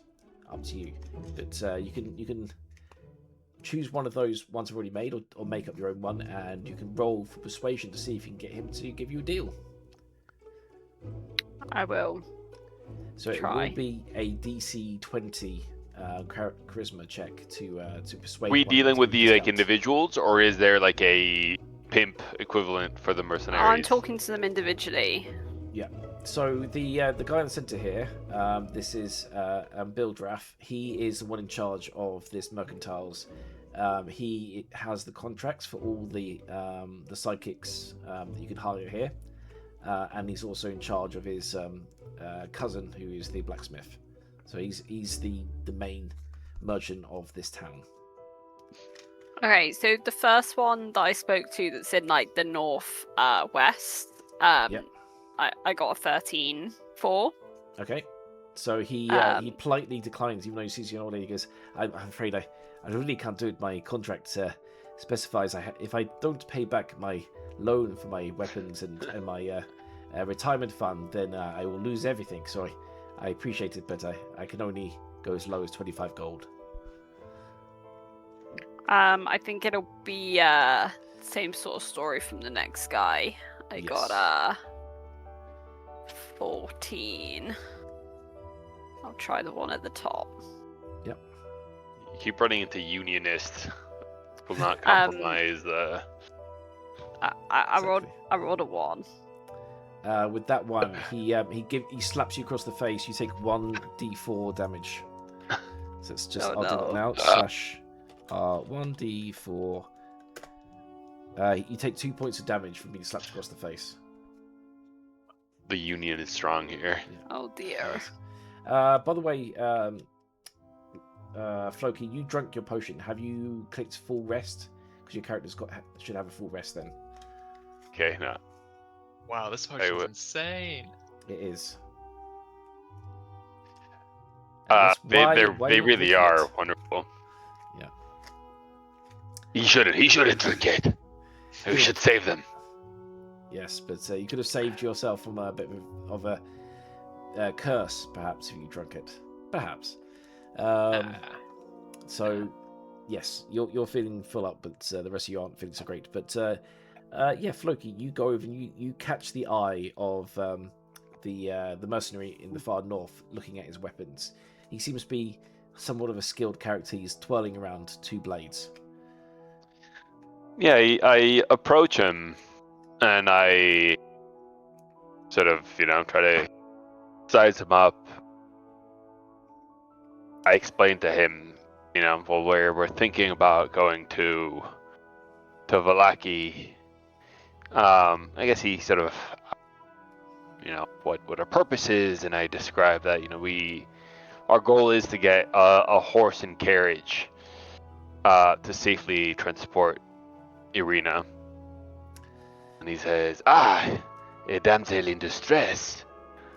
Well, of course, this is exactly the type of thing that I would love to help you with. And against a vampire at that, consider me hired. And so he immediately just sort of, is more than happy to help. Fantastic. Well, as this is your first day paying him, do you want to pass him the 25 gold? Yes, I will. So, remove 25 gold from your character. It does not appear in the hands of Peregrine. It's not like you're just giving it to another member No, of the right. party. It evaporates. Yeah. It's like he's got a special pouch he opens up, and he puts the 25 gold into this pouch, and then you hear a rattle over by Bildraff here as the coins just fly out of another pouch and land on the table in front of him. Yeah. He's working down some debt he owes. Yes, for buying his starter equipment and also to go towards his retirement fund, it's a 25 gold a day kind of deal. Otherwise, he has to stay at the mercantiles until he gets hired again. That's the kind of the rules they're established. But any other gold, he might find along the way. If you find more treasure and you decide to share that money with him, he can keep that as long as every day he sends 25 gold to his employer. Yep. I mean, most of our party gold is going to like the same sort of shared pocket. So I guess anything he earns, he can just like put in there as well. Yes, you get the sense that beyond his needs for like food and water and equipment and paying this money, he doesn't really need anything else. He's not someone who's like hungry for money. He's hungry for adventure. Yes. Shall I say yes? Wonderful. So Peregrine's joined us. Are Nina or Loon hiring then? Definitely not now. I've been slapped. Well, not that one. The other ones were nice. It was just that one was not a nice guy. Yeah, but it's put a bad taste. Yeah, I think it's a very foreign concept for Loon to hire an adult to like work for him. So, yeah, no. Well, I mean, we're coming back. We're going to Valaki and coming back. So Yeah. if we feel like the danger on the road is too great, we can always hire someone else. And just as a metagame thing, if at any point you decide that you want to try a different character, you want to put your character on a break, maybe make them join the local militia and make your own new character, this is how that could have worked. It's like You're basically hiring and swapping out for someone else.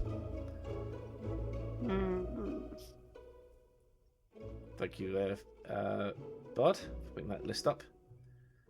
So you can see we've got a few. So Walligan is a wizard, unsurprisingly. Trixie, she's a gunslinger. You already got Peregrine, and then you got Brother C. He is a monk. His nickname's BC. If you don't guess that. Yes. So if ever you want to bring them out or add more to them, you can. But now you have hired at least another hireling. You now have a team of 4 with you, and you can go ahead and sell the stuff that you need. Bill Draft, he may still be a bit of a meanie with selling things where everything costs 10 times more gold than it would normally, because he doesn't trust outsiders such as yourselves. But he will. We live here now. We live here, man. Yeah, we sort of go up. I like hobble up to the counter, my like hunchback's gait, and I first put down the deed, and then the like pendant or whatever it was. I say, give us an honest valuation. He looks at you and goes, "I'll buy it at the current value, but I will not sell to you at the current value, not until you've proven yourself to this village and to our society. You are still scum in my eyes." But he will accept. So he will, for that pendant that's 750 gold, it says on there, that will sell for 750 gold. So yeah, I take the gold, just looking at him, and slowly drag them across the counter. You can into see my like a little pouch. twitch in his eyes. He really doesn't like you. But that. I guess. Do we want to, Nina? Pardon the little metagaming thing, but I was looking through your little feat that you have. I feel like you would benefit greatly from a second-hand crossbow. I don't know if you want to take that, because that'll allow you to do 2 crossbow hits every attack instead of just the one. In case you want to take that on before we head out to the wilderness. There's still no sign of the cousin blacksmith. You can hear banging and crashing coming from the side room over here. So he's obviously doing stuff at the back there. So you know he's present, he just hasn't popped out yet.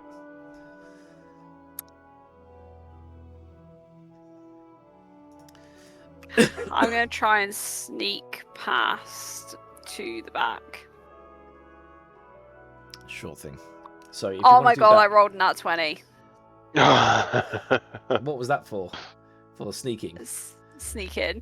Okay, Being yes. awesome. Whilst you're at the top here.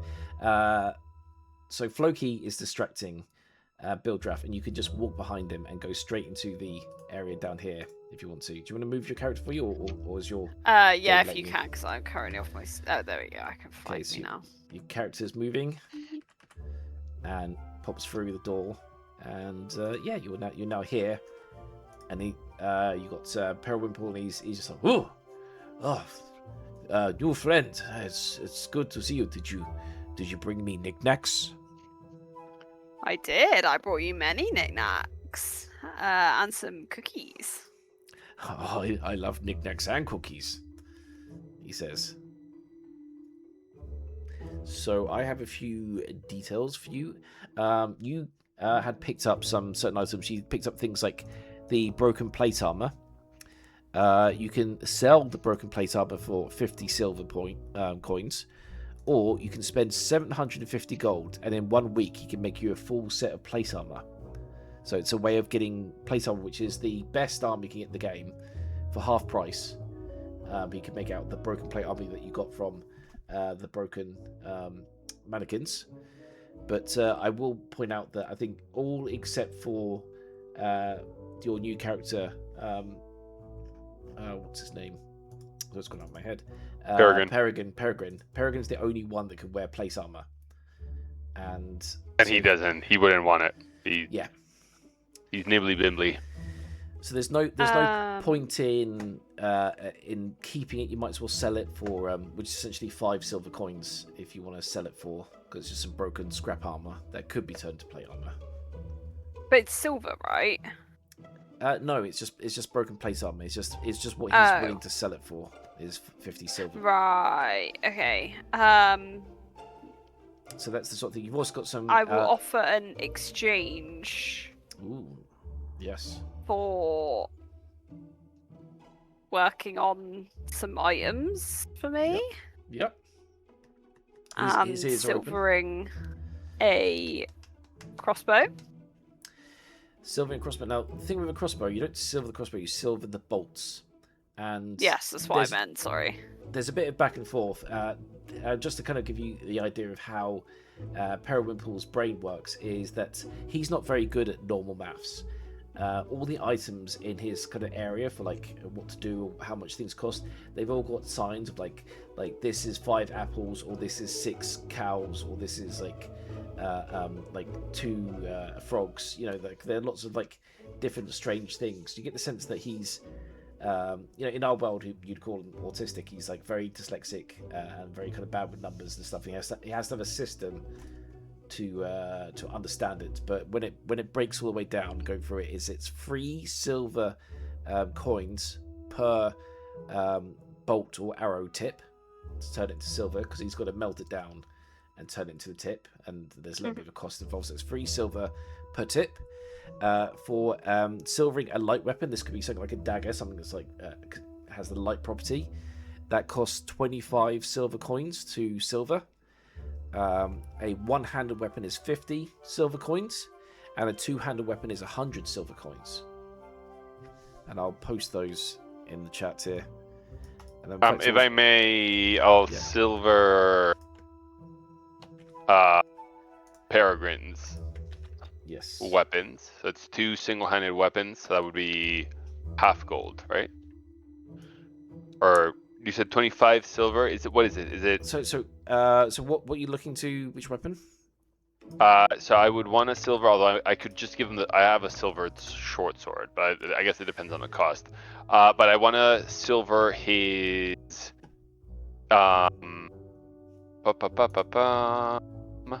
his scimitar and his short sword. Let's have a quick look. So scimitar has the light, so that would cost 25 silver, which is 2.5 gold. Okay, so 5. I'll just take off 5 gold from. So is it 2 light weapons? Silver them. Yeah. Yeah. And then if you go to the properties of them, you can just like tick on silver, and that's one of the great things you can do. The edit. Oh, nice. Okay. Sweet. There's a silvered button, which is a nice feature. But there are rules to this world, which is that silver is great. The things that silver can do is like it deals double damage to shape-shifted creatures, so any kind of like werewolf or were-rat. When you stab them, it's going to do double damage to them. So this is where, were creatures seem to be powerful, but they're in a lot of ways they're weaker than other people because of this weakness. And also certain zombies, there's these things called Strahd zombies. These are ones where you can hack and slash them up into individual bits, and their bits will keep moving. They'll never stop, like the Terminator. But if you deliver the finishing blow with a silvered weapon, it will put them down for good. So if you lop their head off or stab them through the heart with a silvered weapon, that is the end of their entire being. So that's why silvered weapons are so essential in this world, for getting rid of zombies and for also defending yourself against were creatures. But there is a 1 in 4 chance every time you hit someone with that property. Like if you stab a werewolf with one of these weapons, there's a 1 in 4 chance it gets tarnished, and that tarnished, it loses its silvered ability until it's repaired. Okay. So it's not unlimited. So it's a good idea to have lots of silvered weapons if you're gonna be. Yeah, I'm gonna go ahead and pay 5 more gold to silver both of his daggers as well. So yes, daggers are light weapons. That's correct. Yeah, you can silver them too, so you have lots of backup silver weapons to help save you in trouble. And I forgot how much you said a crossbow bolt was to silver. So for every bolt, it's 3 silver coins per tip. And I could sell the plate armor for 50 silver, was it? Yes. Okay. I will do that plus an extra 10 silver of my own Yep. to to do get 6. 20 Yeah, bolts. do it, 20. So I've got a giant daddy longlegs flying and trying to eat my screen. Oh, I hate those. Awful. Then you should leave it as a mascot. Be grim. There we go, got rid of him. I didn't hurt him. It's my day to reap him. He's not. I get reaping coffee to eat territory. them. So Coffee's the reaper of daddy longlegs then. Okay. Mm. That's fine. All right. So yes, you've gone ahead and you've silvered your crossbows. And if you want to buy yourself a silver crossbow, let me just look it up.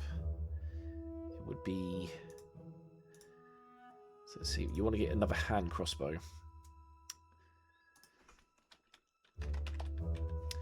Wasn't it only the bolts that could be silvered? It's only the bolts on a crossbow because that's the only part that does the damage. But I The need part a that shoots second it. crossbow in general anyway. Yeah. Yeah. So it would be 750 gold Oh. to buy another hand crossbow from him. Jeez. that because Although of the she 10 times has, and again, pardon my metagaming, Yeah. but you have a feat that gives you a 20% discount on things, unless I'm misremembering. That is true, I believe. We can look it up. But is this with the 10 There, times crafter. markup still? Yeah. Because that's insane.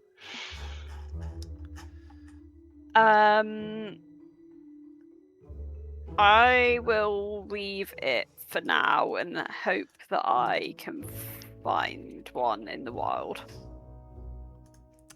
Wishing upon the DM that it will grant you such a boon. Sorry, no, not upon the DM, upon the extortionist. I might just start targeting people that That have have crossbows. random people walking on the street with one. Just rob them. And you're looking for a hand crossbow because this thing you want to be two-handed with crossbows. I get it. Yeah, they're like the tiny little like pocket version. yeah. They're still It's like very that cool. the little gun in Men in Black, the tiny little one that he has. It, like, Oh, I love it. The like, shoots him cricket. back. The cricket. But double cricket. Yeah. Especially Nice. silvered. That's devastating. Yes, my character. Okay. Yeah. So okay, 750 gold is big great. Minus 25, so that'd be you get back 150 gold, so that'd be 600 Think how much gold. pocket money I could give out with that, you know? Yeah. That's true. No, that's fair. That's fair. Well, we'll collectively look for one. Okay, so you've both silvered your weapons. Now, does Loon want to silver any of his weapons? Their Loon is weapons. interested in whether they sell needles and silver powder. Ooh, okay, let me look this up. I've got a list of items he's got for sale, so...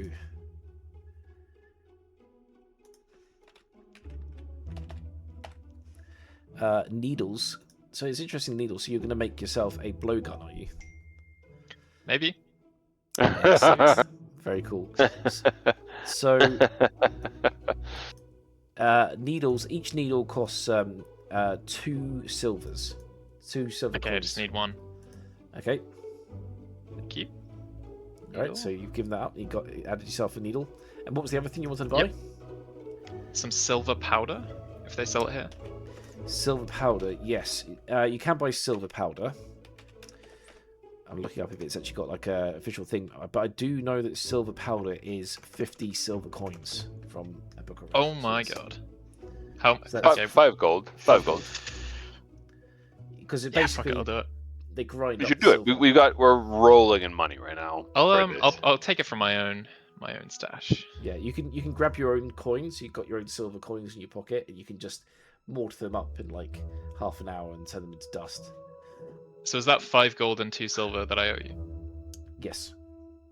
So you just remove. It was that 2 from silver the- for the needle, right? Yes. Brilliant. Thank you very much. I wonder what he's got in store. This is interesting because you don't have a blowgun, as far as I know, unless you want to make one. That's true. Maybe you'll Great. find one.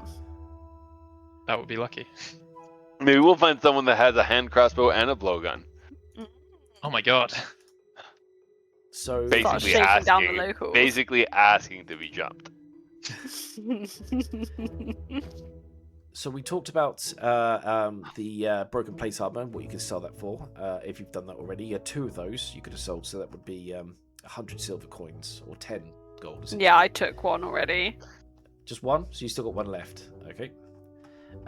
Then the other things you got, the other knickknacks that you managed to purchase from finding the dead bodies. You got things like you got a ghast claw, and a ghast claw.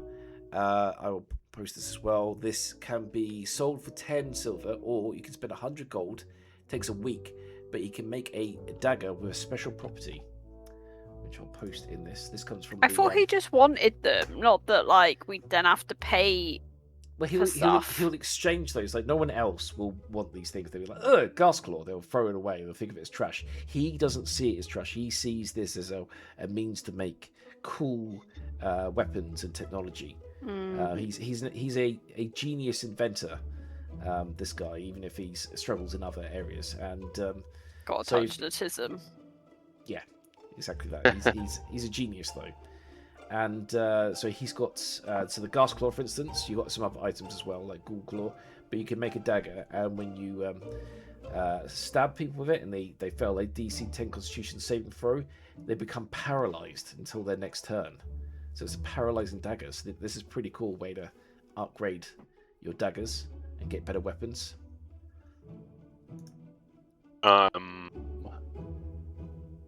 Might And give it to him now and paralysis. pay later. So paralyzed is incapacitated, which means they can't take any action. Like so they lose a turn, basically, right? Yeah. Still, it's a pretty cool thing. You've got the Oh, ingredients. it is now. very cool. No, I think we should. I think we should get one of these. I think we should use 100 gold from the party to give it to him for anyone that uses daggers. And then when you guys come back after your mission, you can collect it off him. Okay, I'll take 100 gold off of the party, unless anyone has any like reservations. Like we want to save the gold for something else. But this feels like having an extra turn. Like it's good for our action economy once a day. You got Yeah, the same... well, it will benefit me having extra daggers. You got gas claw and a ghoul claw. They do the same thing. So again, you got 2 of those ingredients. What else have you got from them? Arcane dust, that doesn't need anything special. So you got a few knickknacks you can just use yourselves straight away. Vial of shifted blood. So again, you could just use it yourself. So I think everything else you have is things that you just combine it with stuff you already got, or just throw it at the enemy. Like you got some stink clouds that will stink up the place. But those 2 items there, the ghast and the ghoul claw, can be turned into paralyzing daggers. And when they're Let's finished, do both of them. Yeah. We have plenty of gold. We're bound to get more soon. I think like having these in our inventory they're just like a useful thing we can apply once per day with each of them. So unless anyone again has any reservations, we can have 1 or 2 of them, whatever you guys prefer. But I'd be I'm down happy to with get... 2 if you're all happy with 2. Yeah. Let's do Yeah, it. I'm happy with that. better daggers. Okay. You can silver those 2, and then you've got some pretty awesome weapons. Yeah. Okay. So I've taken 200 gold off the party inventory. Yep. And I guess his man is working on it for till we get back. I'm just putting a note together of that, so you're building 1 each. And yeah, when you get next back to town, you can collect them. Sweet. Fantastic. All right, so you guys are getting tooled up. You've got some new stuff now. You've got some stuff for the future. Yeah, you're sitting pretty. But with Let's that, get going. with that exchange, Bildraff notices what's going on here, and he quickly grabs the wrist of Floki, and he leans in and he goes, "Listen here." He looks over at his cousin and goes, "I can see that you're becoming friends with my cousin here, and personally, I'm glad to see it. Many people don't treat him with respect. This is the main reason why I hate you outsiders. You come here, you treat my cousin like an idiot. You push him around, you take advantage of him. But you know what? He might be the smartest person I've ever met. And if you ever take advantage of him or hurt him in any way, I'll make you pay. Do you understand me? Look at him and say, we did just pay. We gave him 200 gold. He looks at us. I'll let you continue this little venture of my cousin, but just remember that he's a special boy and he needs to be protected, and I am the one that protects him. And I he take looks at the offense other- that he capitalized special when he said that. You're welcome to take offense to that, but you get the sense here. This is a man, a cunning businessman. He's monopolized all the equipment in this town, but he does have a weakness, and that weakness is his cousin. Yeah. And so that's like to remember, should you ever try to fleece Periwinkle in the future. No, we wouldn't. Good. Wouldn't we? I mean, you might. Just think about this, because Bill Draft will remember. There's a little kind of like text that appears up in the top right corner saying Bill Draft will remember. He will remember. Yeah. All right. So yes, you've got all that equipment sorted. You're welcome to kind of leave the shop now, unless there's anything else you want to do before you go. Start heading out town. Loki's eager to hit the road. He's been among civilized folk for too long. Too long. All right. So you leave the shop and you start heading up north out town. You're going to be going past the church if you want to do anything there at all. I know we've got a couple of religious people in our group now, if that interests them. I feel like I've learnt everything we can from that guy. I took his book. He has a weird issue with his was it his son? His That son. was, His son is a vampire yeah. spawn now. But no, it kind of feels bad. Does There's nothing we feel can do for him at the moment. His son was part of the group of people that tried to kill Strahd a year ago. There was a wizard that arrived from outside of Barovia, and he managed to rally lots of people in this land together to go fight Strahd, but they lost the fight, and when he returned back to his father, the priest, he'd already been turned into a vampire spawn, and he's now locked in the basement, being fed blood mixed with holy water, as his father's trying to cure him.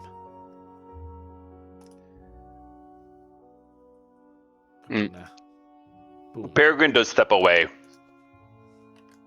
but he says, I will catch up with you before very long.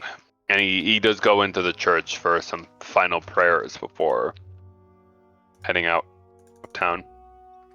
Yes. That's interesting. The church is for the Morning Lord, right? Like it's It is for the Morning Lord, which I believe on your backstory, your character is praying to. Before you reach the church, though, if you guys are on this right page, let me just check that. Yeah, I've moved the ribbon. You guys should see. You're down here at the bottom of the street. Do you guys have vision? Yep. Yeah. Excellent. Yes. You remember. You should have been part of the group. I'll fix that later. But yes, you've now got your group of 4 here. As you're going up, you see a woman in the middle of the street, and I'll just turn this music off because it is time for a change of scene. Uh-oh. Oh. Oh no. There's a woman crying, and you recognise the crying because you went past this house earlier where she was inside crying. Mad Mary. Just today, yes, Mad Mary. She's outside crying again, and in her hand she carries many leaflets with the words like "Have you seen this girl?" written on them. And I will start the new music. Let's find a new tune.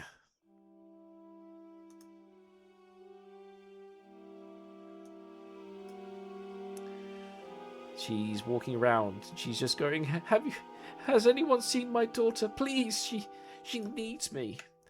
And you see on the leaflet, you see a picture of her daughter. who is 16 years old, it reports, and she disappeared a week ago. A mysterious stranger was reported seeing her, and that's what it says, reported with mysterious stranger. Please help me find my daughter, it says on the leaflet. And I guess I can quickly look through my notes, but otherwise, can you remind us, like, she was someone else that was being visited by Strahd, right? That is the case. You found a diary when you snuck into her bedroom, and it talks about a mysterious man in black had been repeatedly coming to a window, saying that she was missing out on life and adventure. All her life, Mad Mary had been protecting her, keeping her trapped inside of her bedroom in her home. She'd lived a life of reading books and playing with dolls, but always alone, and now this mysterious stranger had told her there was more to discover, and she'd finally got the courage to leave, to sneak out the window and go with the stranger. That's the last note that was written in the diary. Oh yeah, because her mum was writing the books, right?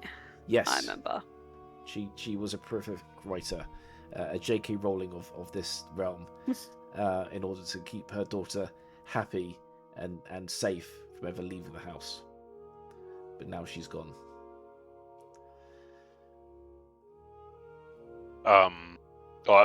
Peregrine approaches her and says, "My lady, tell me more. Your daughter, she is missing. What can we do to help?" And Mary turns to us like, "Thank you, kind stranger. Everyone's been ignoring me. I just need to know that she's safe. It said in her diary that a man came to the window. It must be Strahd. Please, you must go to Strahd's castle. You must save my daughter."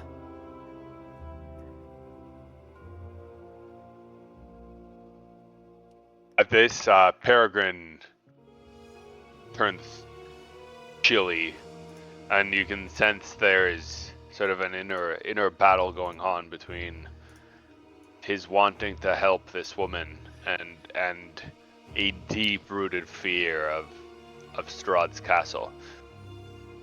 But he sort of retreats into the group at the mention of Strahd's castle. Understandable. Yes, he's a fearsome foe. What do the rest of the group wish to do? Do you wish to help this lady or move on? I'll reassure her that we'll do our best and go look for her, but I'm not exactly urgent on that bit. At the words that you would help look for dolls, so she rushes to you, she gives you a hug, and she's thank you. No one else dared to help me, but it's so good to know the kindness of strangers, that you will come and save my daughter and bring her back to me where she could be safe forever. Yes. Granny will help. Granny will help. Loon, Floki, do you do anything else, or do you wish to just move on with your adventure? I reckon she's been taken by some... I don't know, I don't think it was Strahd. But Loon will take the leaflet anyway. She again... I think, didn't Floki share what the diary said, right? But no, Floki would have sort of told everyone. Yeah, it makes sense. So you all know what kind of character she is. Like a paranoid that's kept her daughter inside for too long. But finally, after all those paranoid years keeping her inside, her daughter has disappeared with the very creatures that Mad Mary was scared she would become involved with. I think Floki's stance would have been like, it could have been Strahd, it could have just been the oppressive parenting. People yearn for freedom, and this poor girl was being cooped up. So I think he'd help if the opportunity sort of presents itself, but Floki wouldn't sort of go out of his way to try and like rescue her necessarily.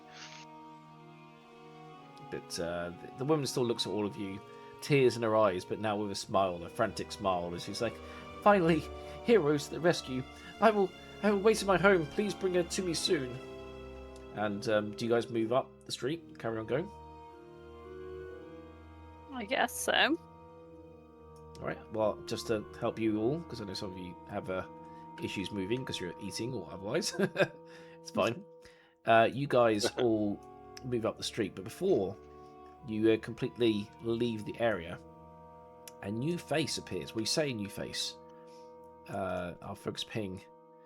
You hear an old face, in fact, appears. Oh no. Oh yes. And she starts The moving hag.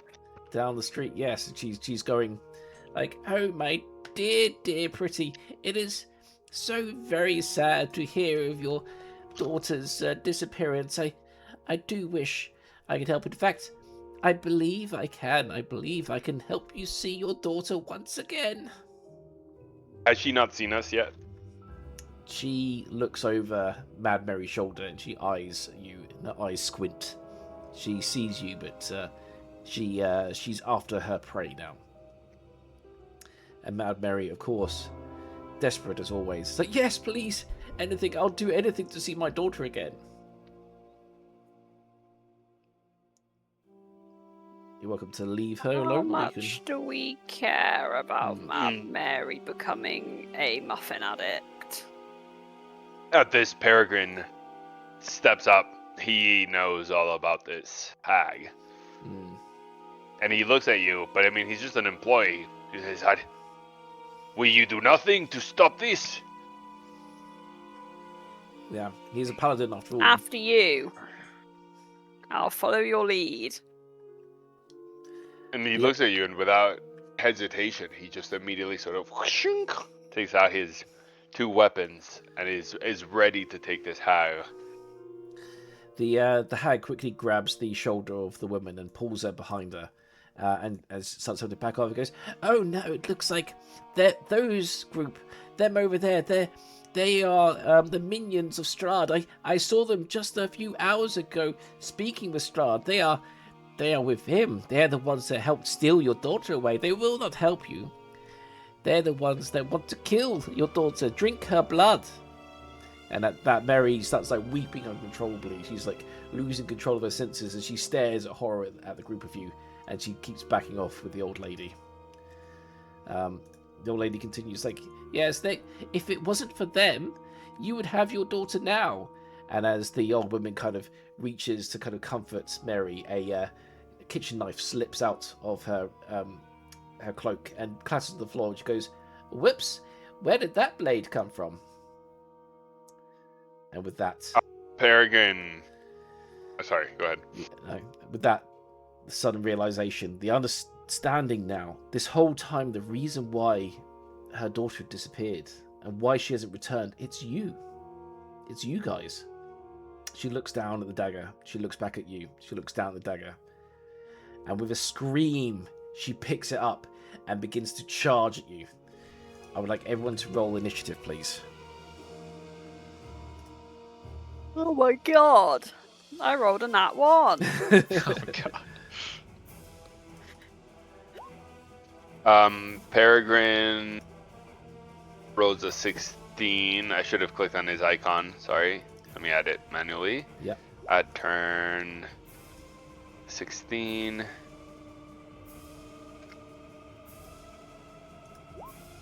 It's something wrong with Floki's character sheet, because Peregrine's is going fine, but Floki's isn't.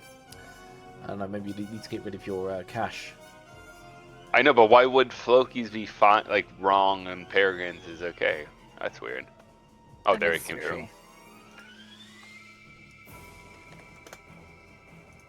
I got a 3, but I didn't select my character. Yeah, mine will be 4 by the time I've added. Let me just add to the turn order. So, who hasn't got it? So, adding to turn order. There you go. So, it's a 4 for Nina. 3. Alright, let me just get you guys in the correct order. So, bring that up. Floki, I'm going to set you to 5 just so that you go first. Loon, you also got that 1. Did I? Oh god. We're all thinking about those muffins with the cakes. Oh, that's so they're good. pretty good muffins. See, there we go. Now she's finally appearing in turn order. Turn order thing is weird. No, let's say Templar. Okay. So with that, it's first of all it is the hag's turn. The hag is going to cast. Let's see. Where is it? She's going to cast Hold Person at a 4th level. So it's going to freeze. At 4th level? Jesus. Yes. So it's going to freeze all of you. Let me just all but one of you. I need to find again. Where did I put that one? I kind of. We don't have to roll any kind of like defensive save. There is a defensive save. I'm just finding the details again. I don't think I healed since Murder House. You haven't. No, me neither. None of Just you have had a long saying. rest yet. You guys probably want. We to do have have a long that rest. potion though. Yes, you do. If you No. want to- Say Die. Give me the potion. Okay. It's going to be a 17 Wisdom saving throw from each of you. From easy. all but Peregrine. She casts And can you use heroic inspiration on? Yes, you this? can. I will do that. I still failed. I can't tell whether that's gone through or not. Mine will take a while to come through. I don't know what the fuck is happening. I'll just start rolling on the Roll20 directly. There it is. Yeah. 13. I might do that because mine kind of glitched out. Oh no, There, there it 13 is. too. I think there is some changes happening to Must D&D be, Beyond, yeah. which are causing problems. So Loon also failed, I assumed. But I'm gonna heroic inspiration. Okay, I'm do just it. trying to work out. Ooh. Wait, did yeah, I did get that I'll right? go ahead. I'll use one as well. Okay, because you had a spare one. Plus So you 6. just- Yeah, because I have a spare one typical and then one. that way. So it's an 18. 18, so you succeed. And Loon fails. Oh my god. So Yeah, I also failed. 2 of you fail. You're now frozen in place. That was from the hag's kind of doing, and the hag is going to basically back off and get some more distance from you guys to help out. As Mary's turn comes in, and Mary is going to just come screaming forward, as she's going to move around, and she's going to try and plunge the knife into Nina.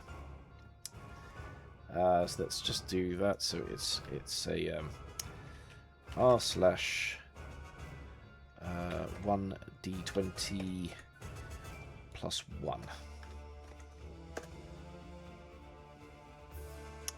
Why did that not work? Let me just try to do it old-fashioned way, dice way. Slash R. Slash R. R, yeah. Yeah, slash R. It's gonna be this plus 1, so it's a nat 20. Oh, It is. double damage. Oh no. So that's going to be a this plus 5 damage, so it's 10 damage in all as she plunges the knife into the belly of Nina for 10 damage. Okay, I'm pretty sure she got my like I was trying to think of the artery name and I've forgotten it. The kidney one. The renal artery. The renal artery, oof. And she plunges it in deep. And then she's going to, because she has a bonus action she can use, which is going to allow her to take the dodge action. So everyone has disadvantage trying to hit her back as she cowers behind her now red blade covered in your blood. But that is Nina's go over. So we're now over to Peregrine. So let me just fix that number. So it should be 18. So it's now Peregrine's turn. So Peregrine, you're not frozen. Peregrine is going to ignore this poor woman who is clearly under the charm of the hag. Yep. And he is rushing towards the witch. So he will move. So there will be a reaction from the Mad Mary. Yeah, She's but going to try and... He does not mind, It's a 5. So it was a nat 1 as she just literally tumbles over trying to get to... So she's going to be prone. Now she tumbles over trying to chase after you with the blade. Yep. Yep. and he runs at the witch. Yep. And he yells in this voice that makes everyone. It's almost like everyone sort of like cerebral cortex has been shocked by a live wire. He says, "Halt!" Oh shit. Is it command As word? he commands. Ooh. To, What does she have to do to save herself? She must pass a wisdom 12. Wisdom 12. She gets an 8. She fails it as she's like, she's stopped in her place, and she turns around and glares at you. And yep, And she's you frozen. see this like, little smirk come up the side of his face, but that's it for him. Okay. So with that over with, we're now over to Floki next. So Floki's right next to this woman who's fallen to the ground. The bloodstained knife kind of coming down and kind of clattering on the floor.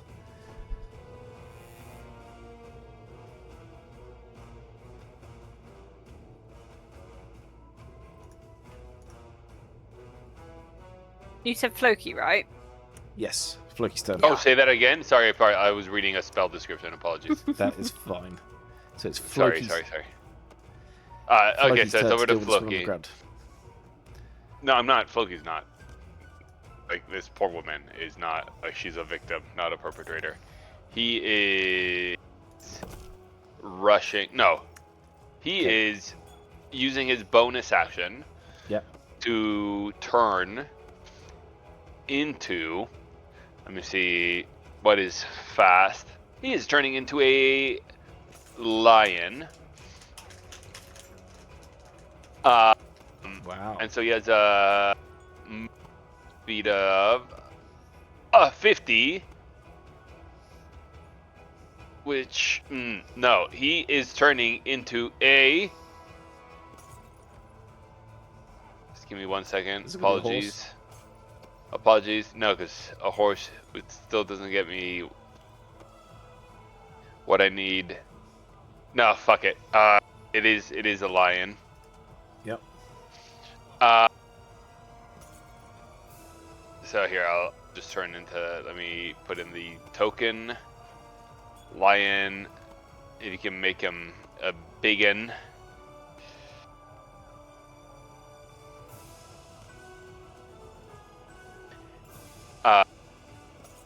He runs, and let me see if I need, it probably does require, there's claw tattoo.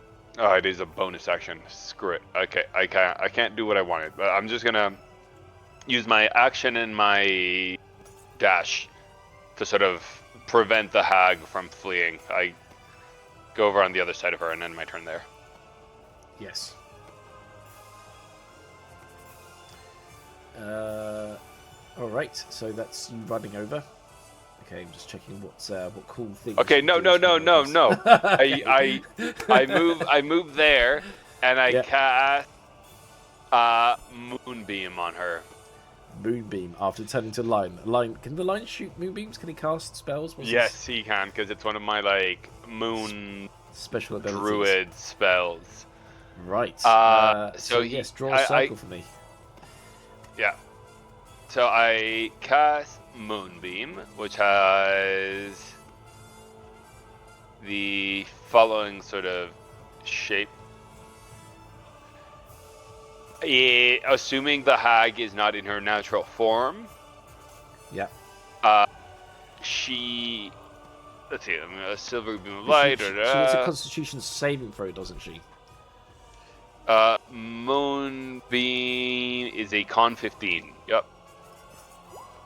She succeeds. Okay, So- on a failed save, the creature takes 2d10 radiant damage. And And if half, she's- half of it.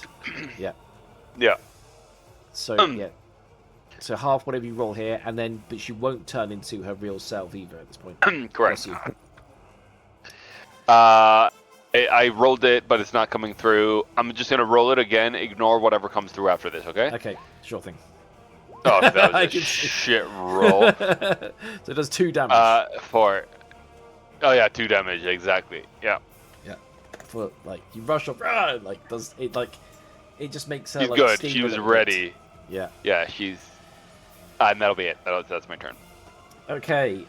So we're now over to is it Nina? Nina, who's already been Yes. badly stabbed. You're in a really bad place right now, bleeding a lot with the woman that hurt you right next to you. What are you gonna do? Am I still? What was it? Pro? Yes, you are paralyzed. You're right. So you need to roll again. For what was it? Wisdom.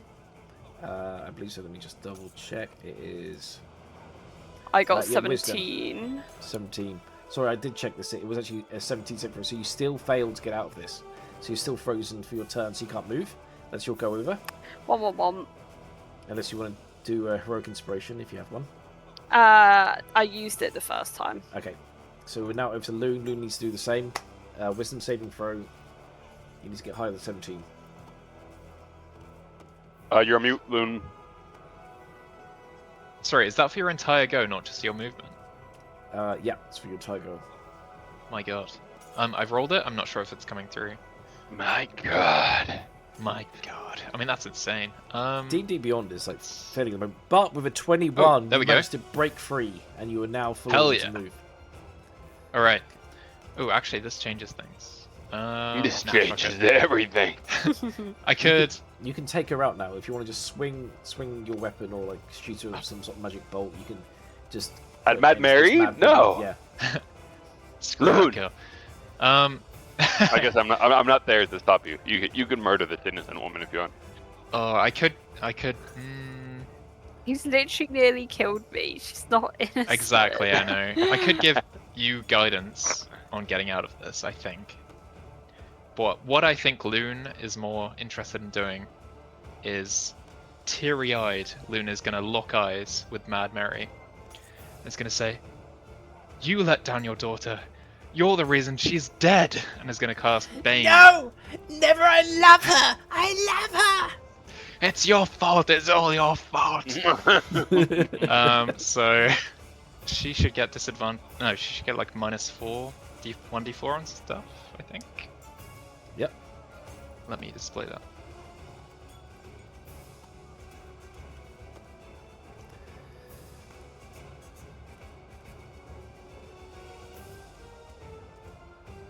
Okay, so that's it. So it's just going to give disadvantage on the attack against if she does if she attacks anyone but you. Is that the case?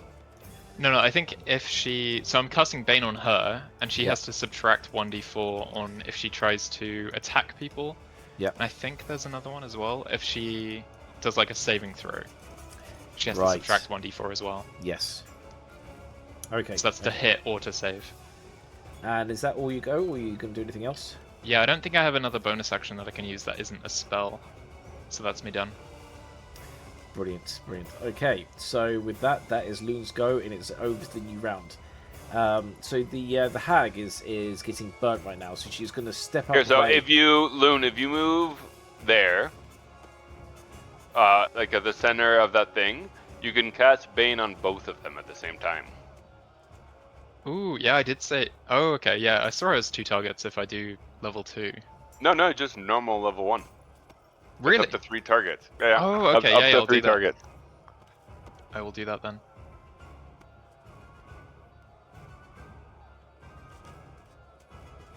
But they need to pass a charisma saving throw to be affected by it. Oh, that's right, sorry, I forgot that. That's charisma 14. So that's the maximum movement you got there, and it was fortunate you did there where like she doesn't have any more reactions to kind of attack. So the hag, who's now stepped out of this beam. No, she can't. She can't step out? Why not? Nope, because she's been halted. Oh, for the spell. True, So that's she's- so good. She's stuck in that way, is she? And she can't do anything. Like she misses her turn. She really misses her turn for the hold. Fantastic. Wow. Okay. So yeah, good spell. Good spell. All right, so the hag is stuck there for another round. So we move directly onto Mad Mary, who gets up from the floor. So she's no longer on the floor. I'm going to remove the stats. As once again, she's going to try and stab Nina. Of course, you. Wait, and sorry, just because she ended her turn in the thing, she needs to do another save against the moonbeam. Okay. Which will be a con 15. Con 15. Let me just do that now. She survives it, so she only takes half damage. Okay. But nice combo you got here. Yeah. Which is a 2d10, I think. 2d10 divided by 2. Yeah. So she takes 2 damage. So just 2 again. It's the moon it's quite cloudy tonight. Yes. The beam is not coming down full strength. It's in fact it's helping warm her pies. Oh wait, that was just 1d10. That was just 1d10. Oh sorry. There you go. So sorry, it's 12. She takes 6 damage. Okay, I've already minus 2, so I'll minus another 4. 4, yeah. So it's her pies are now very warm. The smell is nice. Nice. So that's over to Mad Mary. So Mad Mary is going to attack. Yeah, so I forgot to mention, when I casted Bane, it only affects them if they fail a DC 14 save. Charisma saving throw. So both of them should have rolled a DC 14. And if they pass, then they don't get the effect. So Charisma saving throw DC 14, right? That's right. So both of them, you cast on 2 people, did you? Yes, it was on Mad Mary and the Hag as well. Okay, let's see. Charisma saving throw, that's 9 for Mad Mary. Cool. And She's baned. Baned. And also the Hag is baned as well. Oh, hell yeah. Nice. Okay, cool. Okay, so Mary, she has that disadvantage down attack, but she's going to go and attack Nina again. So let me just build this out. So I wonder if you can see it. So it's 2 GM. I see. I don't mind. So I want to make this for everyone. So she has a 1d20, which is advanced on it because she's attacking Nina. So 17, I think, hits. Yeah. So it's not disadvantage. It's just they minus 1d4. Yes, on the damage from the hit. From the hit, I think 2 hit. Yeah. Is that right? So yeah, I so might be she's wrong going to about hit, that. and then I'm going to minus 1d4. So I'm going to roll 1d4 for the damage, and then 1d4 again for the minus on it. So she does 2 damage minus 2 damage, but it's plus, so it comes to 1 damage in all. So Nina just. I think it's not from the damage. I think it's only from the 2 hit. So is it like only from the 2 you hits? roll to hit, and then you subtract 1d4. Oh, Because in okay. that case, it would miss. It would miss. 17, she doesn't take any 16. damage. Nice. If you have 15 to hit, in that case, I think. Yep. Wait, what? Is that I right? thought you said 17 minus 4. 1d4, and the 1d4 Oh, was 1d4, a, so it's 1d4 was minus a- 2, so it was it a still 2. hits. Okay, well, my armor class Yeah. is 15. So it still hits, and so that means that you take 3 damage. Okay. What's Nina's health looking like now? 2. Oh my god. 2. Maybe I should have healed you instead. Oh my god. Yeah, That's Guys, terrible. this woman is innocent. Leave her. yeah. No, she's So not. That's it. So we're over to Peregrine again. So the Peregrine who froze the hag has now got the opportunity to move in and give her some hell. Peregrine will move to stop her retreat. Yeah. And say, "These are the last pies you will sell in your short, miserable life." Great. And he will. Fuck! I forgot how poorly this thing is working. I'll wait for this first attack to go through, but then I'll just roll in game. And then you also have to roll for the factory in the moon as well, the moonbeam. Oh fuck! Never mind. He sees it instead of sidesteps. I'll let Okay. you undo that, yeah, because he's almost steps in, but then he steps back. Yeah. Right. Well, he realizes. Yeah, I'd forgotten there was this laser beam coming down from the heavens. So Okay. 27. Hits. Because this isn't. Sorry, I'll get better at this because he's got like quite a combo. Yes. So this gives me advantage on my next attack. Yep. On a fuck! I keep rolling in this game in the thing, and it'll take forever. Yeah. Stop okay. rolling in Roll20. Yeah. It's just faster. Yeah. I just let me move it to a different screen. So I've got 2 screens at one time. Okay, so it's 1d6 plus 5. Oh, there. Okay. So it was a 6 damage, but Yep. it gives me advantage on Your the next next attack. Yep. Which is a 4 plus 7, an 11. No, 11 because doesn't hit. it's with advantage. Okay. Oh, but that's still ass. 13. 13 does not hit. So the second attack Okay, didn't manage to hit. And then Heroic inspiration? No. It's Right. my bonus action because all of this is with my attack. It's a crit. Wow. And with the crit, it'll just be 6 plus 4, 10 extra damage. 10 extra damage. Very nice. As That'll she's- give me advantage on my next attack against her, in case you want to put a little icon on her. Okay. I'm gonna And put that'll a be his yellow. turn. So Yep. yellow knows that she's got advantage on her. Okay, and it's just your next attack, isn't it? Yeah. So it can't be the lion because it is now over to Floki to attack. Yeah, and Floki goes there, is flanking her. Yeah. Extra lion multi. He has pack tactics, so it would be advantage anyway. Yeah. But it is a D20 plus 6, so a 17 to hit. Yeah. I'm gonna roll another one. So wait, the 17 hits. Let's see. Yeah, sorry, and then her 2 her more. AC is 17, so it fails to hit. So 17 does not hit. A 7. Wait, her AC is what? 17. Yeah, so beats it. Okay. So the 17 hits, but the next attack does not. All right.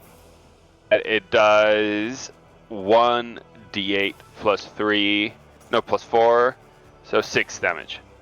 6 damage. Okay. And that's it. Minus As the 6. lion's just slashing at the hag. She's like, Ah, curse you! You're getting blood on my pies. as you know, she's been attacked from one side by Montoya, and then the other side is a lion, and she's getting hammered by the moon as well. Everything's coming down on her, but she's still not bloodied. All right, so with that, we're now over to Nina. Once again, needs to roll to try and escape her imprisonment. She needs to get a. Nope, I rolled a 4. Okay, that's fine. So she misses her go. We're now back over to Loon, who's run away from the crazy. attacking woman. So I have a question.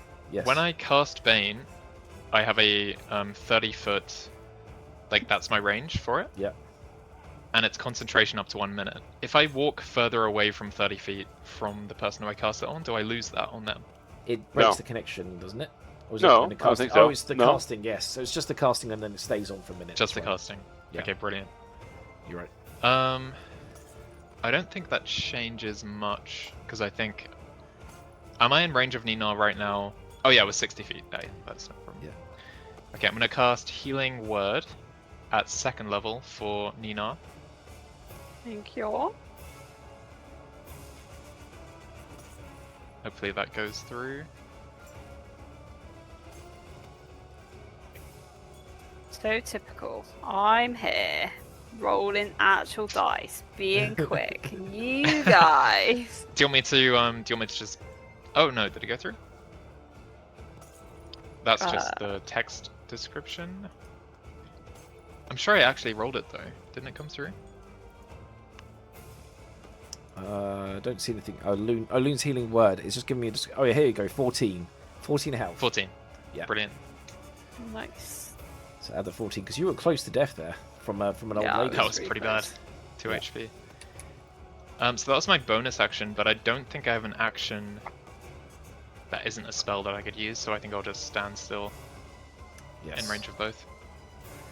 That is fine. So that is Loon's go over. as we now move on to the hag's turn. The hag is no longer held by command. She is full control of her faculties again. That's correct, isn't it?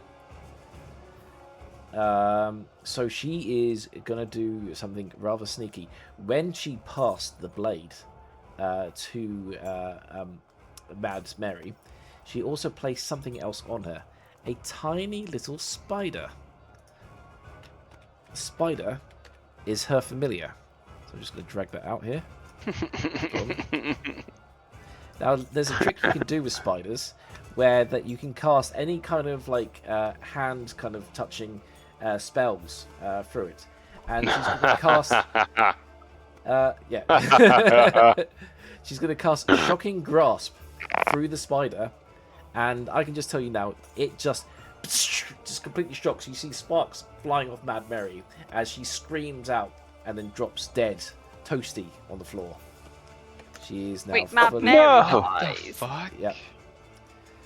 I told you guys, she's the victim. Yep. So exactly, as far as you can tell from everyone else, is that she's just been murdered by the crew. Marked, yeah. And that is exactly what she's going for, because then the hag screams out to anyone that might hear, Help me, help me! The outsiders, they've killed Mary, they're trying to kill me! and you all the kind of shouting and fighting has already lured some people to kind of look to their windows, and now many have come out of their homes, coming out and start yelling at everyone, yelling to like, get out of here! Get out! I knew you, damn shifters! You were all trouble! You've been trouble since you came here! And they're all outside now, all like screaming at you in the street as they're saying to leave, and they're all brandishing pitchforks and torches and kind of like kitchenware and stuff as they wave their hands around, screaming you, get out of our village!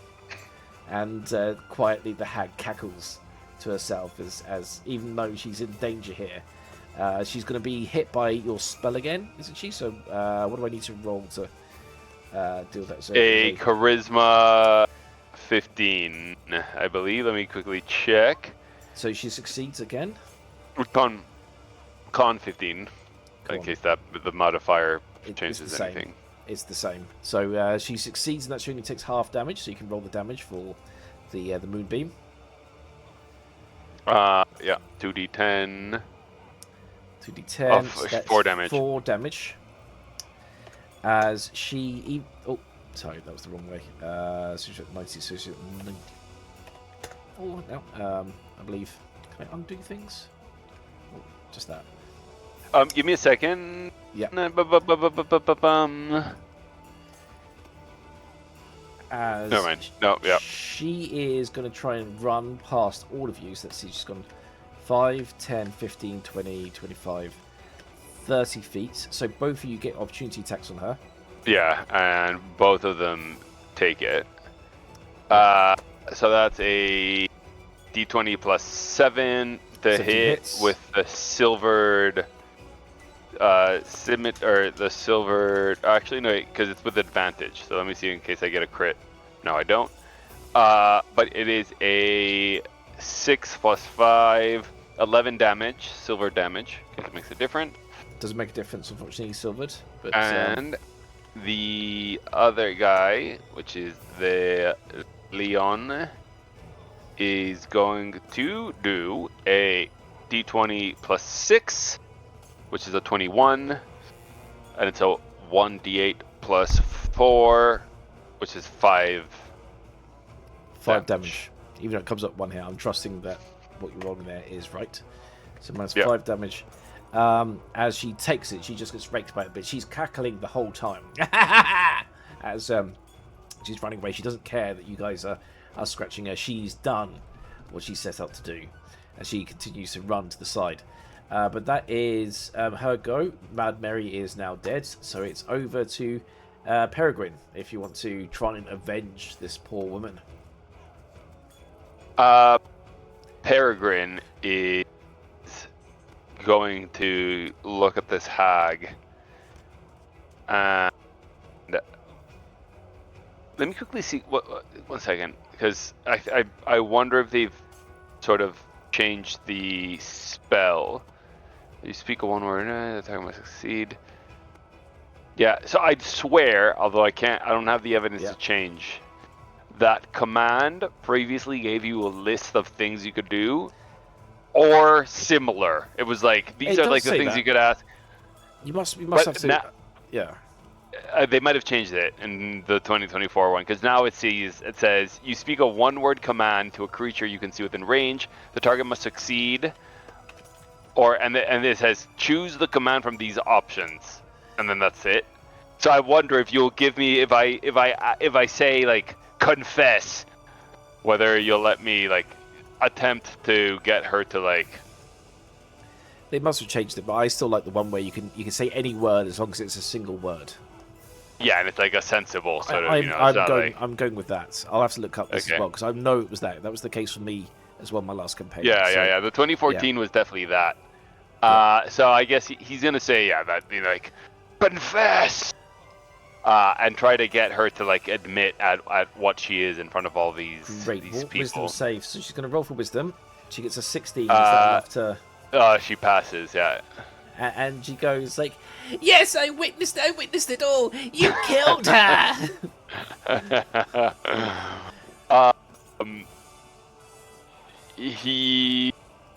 He'll try to move up on her anyway. yes. And then use his bonus action. Let me quickly check the for the dual wielder. So you're going to do the offhand. You cannot offhand attack on this. Yeah. Yeah, but I wonder can I offhand if I haven't main handed? Yes, because it's a bonus action. So No, I don't think so. No, it says attack. when you use your attack action, Oh, okay. you can make an extra, so I can't. But I will just move on her anyway. To get the reaction on And her. the lion is also moving up on her. Yeah. Blocking away. And he's blasting. So he will do 2d20. So that one hits, and the next one hits 2. Yep. So give me the damage. Yeah, a 5 and 6, 11 damage total. Minus 11. So you rake her skin, but you kind of see as the skin kind of cuts, like there's this other flesh underneath it. This kind of outside skin that she wears is just a disguise for a much bigger, more evil, hideous creature that lies underneath the skin. As you do your damage. So that is both Peregrine and Floki. We're over to Nina, who's been having a bad time. She's now faced with a dead body in front of her. There is a spider sitting on that body, and she's surrounded by townsfolk who are looking at her quite angrily. Am I still needing to roll the wisdom save? Yes, you do. 10. 10 does not succeed. Can I speak at all? You can speak, yes. You just can't. You can't move your limbs. You have 6 seconds of speech. I'll just shout like, Mary, get up! We'll be saving your daughter. You need to get up to see her. And the people look at you with disgust at you coming up with such obvious lies. Yep, so that is Nina's go. Then we're over to Loon, who's also surrounded by people. He's got a young child who's about just the same size as him, has come over and has started ineffectually kind of hitting him with his hands, but he's very weak and he's not doing any damage whatsoever. I'm gonna pull out my hand. Yeah. And fucking make this kid cry looking at it. Do it. No, So do it. Okay, yeah, I'll do that. You Sure. can do. Like I'm in saying. Friends when Joey shows the kid his hernia. Oh yeah, that's so good. But yes, you can do an unarmed strike if you wish, and you can do it so it's No. not. All right. So hold person. Yes. If I hit Nina, does that break it? Because I think it's like a. It doesn't break it. Oh my god. You'd have to roll an arcane check for me to see if you know how to break it. Okay. I will do that.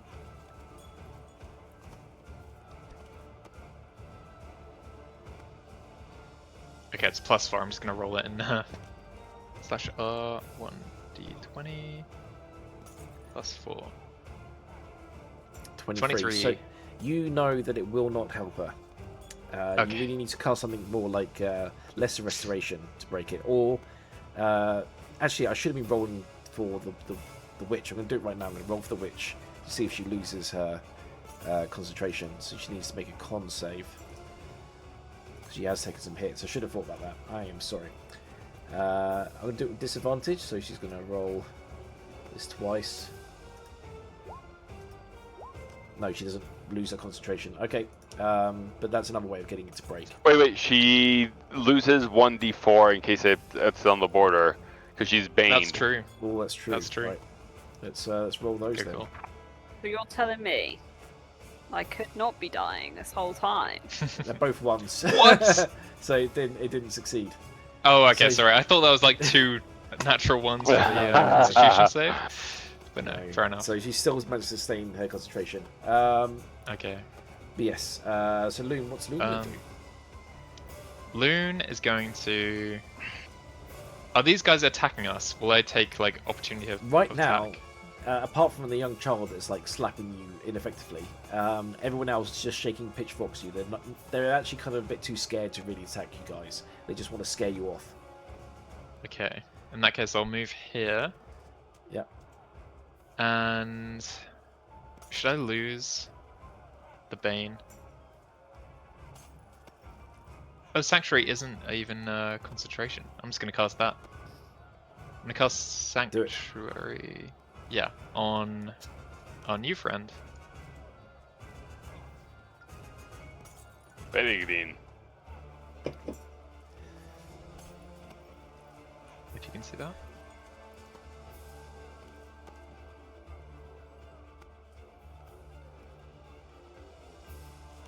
Sorry, my mic switched off. Yeah, so that's cast now. So it should mean that any creature that tries to attack Peregrine will have a disadvantage on that attack. Well, lose points basically towards it. Yeah. Brilliant. Okay, so that is your attack. Any bonus actions you do? That's it.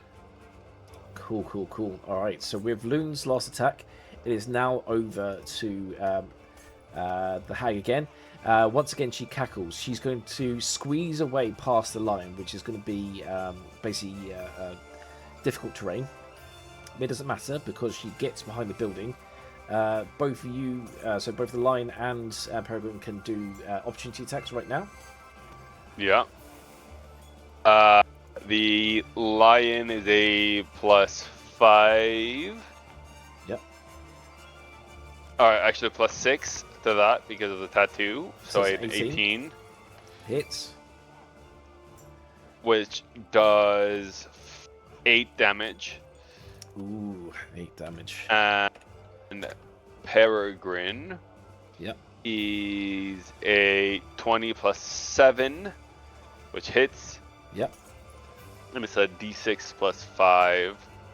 So 6 damage. 6 damage. She is just bloodied. At I've this been point. rolling abysmally in terms of damage. I But think everyone's been having a bit of a rolling problem today. yeah. And She's bloodied as well. Like yeah, we could kill this girl. you could have done, but now making it past, Maybe. she finally reaches the location she's been trying to go for, as she snatches a broom that is being carefully placed in one of the back alleys here. Grabbing onto the broom, despite she's like coughs a little bit of black blood onto the ground, she turns around, cackles once more, and goes like, Have fun with your new friends. as she starts to like take off at speed down the streets, and then up into the air. You see it glide into the sky past the moon. It's silhouetted. It's something like out of ET as she just flies off cackling into the distance, and she's gone, leaving you with the angry townsfolk and a dead body. Oh, did she drop her muffins? She did not drop her muffins. Damn it. But with that, I will say that it is the end of fight. But you now have the option to either try to talk down this crowd of angry people, or to escape. If you do choose to stay, you will have to all do a dexterity saving throw to not get hit in the face by poop. Peregrine says, "Easy, easy, my friends. If we had wished this woman dead, you would not find us merely standing here. All of you would have been taken down. This woman is merely unconscious. Let me bring her back, and she will explain this grave misunderstanding. All she needs is a little bit of time within her house." And he very confidently sort of walks up to her. Yeah. And just drags her like unconscious body back into the house. Does she wave her hand to make it look like she's waving and like does a voice?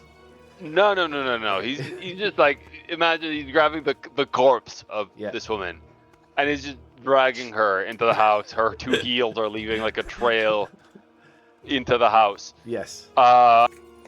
And one of them goes, "He's going to try and shag that corpse. He's going to try and shag dead Mary." Silence! As he sort of takes her in, and after a couple of minutes, Mad Mary comes out of the house. And she's just sort of slapping her face. Says, "Oh my, that was quite the fright, but I really do feel a lot better now.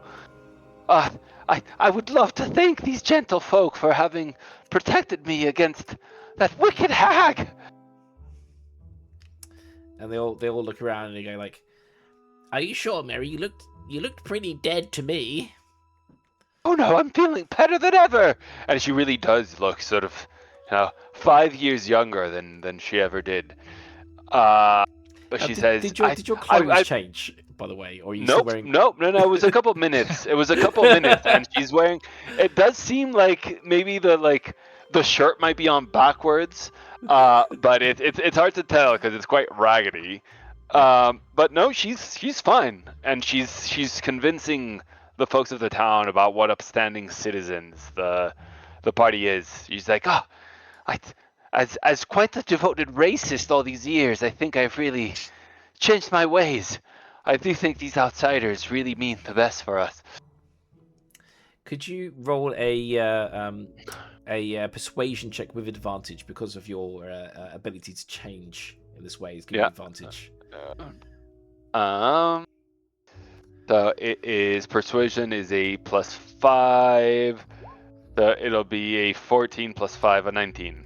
A 19. With that, some of the nearby ones, they all start nodding and they go like, "Yes, she was always a racist. You're right about that." And they just continue talking like, maybe she's seen the better of her ways. Maybe we can get along with her. Maybe we should try and help her with her daughter. And they all start talking to each other and goes, "Yes, maybe we've been too mean to her all this time." And they all start apologizing and go, "We're very sorry. We'll keep a lookout for your daughter. We promise we will." It's quite all right, as my daughter isn't even that important, as long as you're nice to these gentlefolk that have arrived in town. That's all I can ask for in these trying times. That we watch out for each other."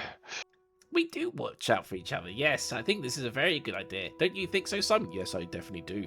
Yes. Good job. Yeah, but I still saw you attacking that old lady with the pies. Why did you do that?"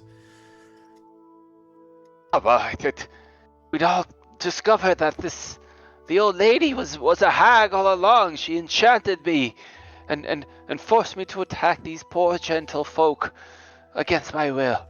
The child walks up and goes like, "I've seen it too, miss.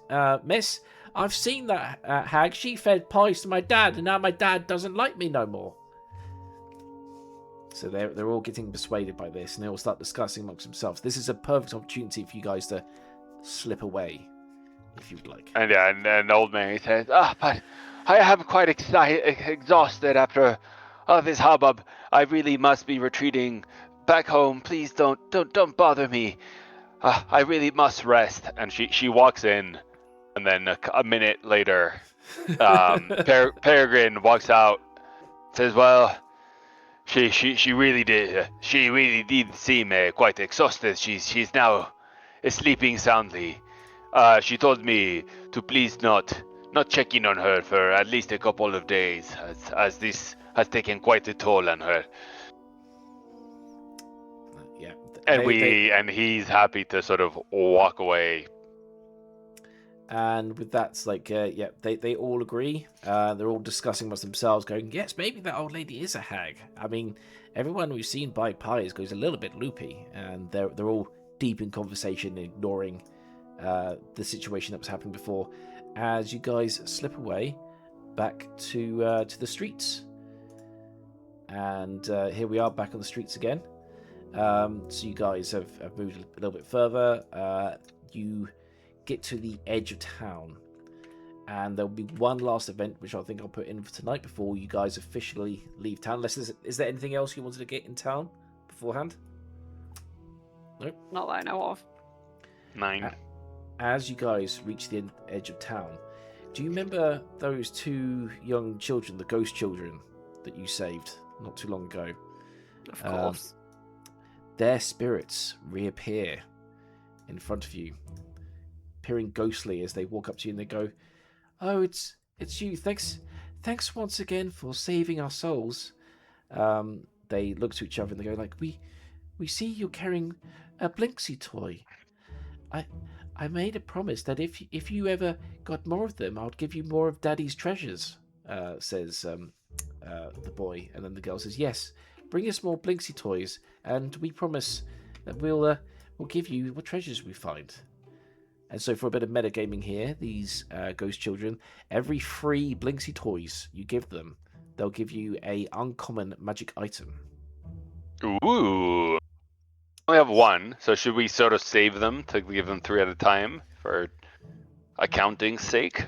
Well, we've already given them 2, technically. So you've given them 3 What do you mean, before already. technically? All right.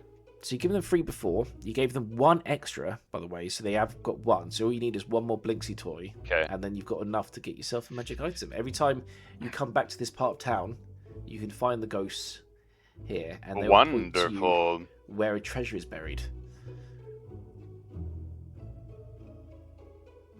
Okay, Wait, so we have to go and find it ourselves. They're not even just going to give it to us. They want the toys. They're children. No, but like the treasures. they'll You said give us some that common they'll tell us items. where they're buried or something. Or did I miss it? They'll point to they'll point to you where a treasure was buried by their father if you get them free. Yeah, toys. so we still got to go find it ourselves. Like they're not just going to like But hand it'll it to be us. like functionally they're handing it to us. We just have to Yeah. go like bury it out. It's now a treasure hunt thing. If you find Blinksy toys, because in the book they're scattered everywhere. They're good little kind of extras to find and bring back. It's like a computer game, you know, when you got to like collect all of like the red jewels. Yeah, the and little get something. collectibles. Yeah. Yes. So Wonderful. with that, we will now leave town, and I think this is where we're going to call the session. It's been a fun session today of like preparing for this bigger world you're stepping into. We will move us all here.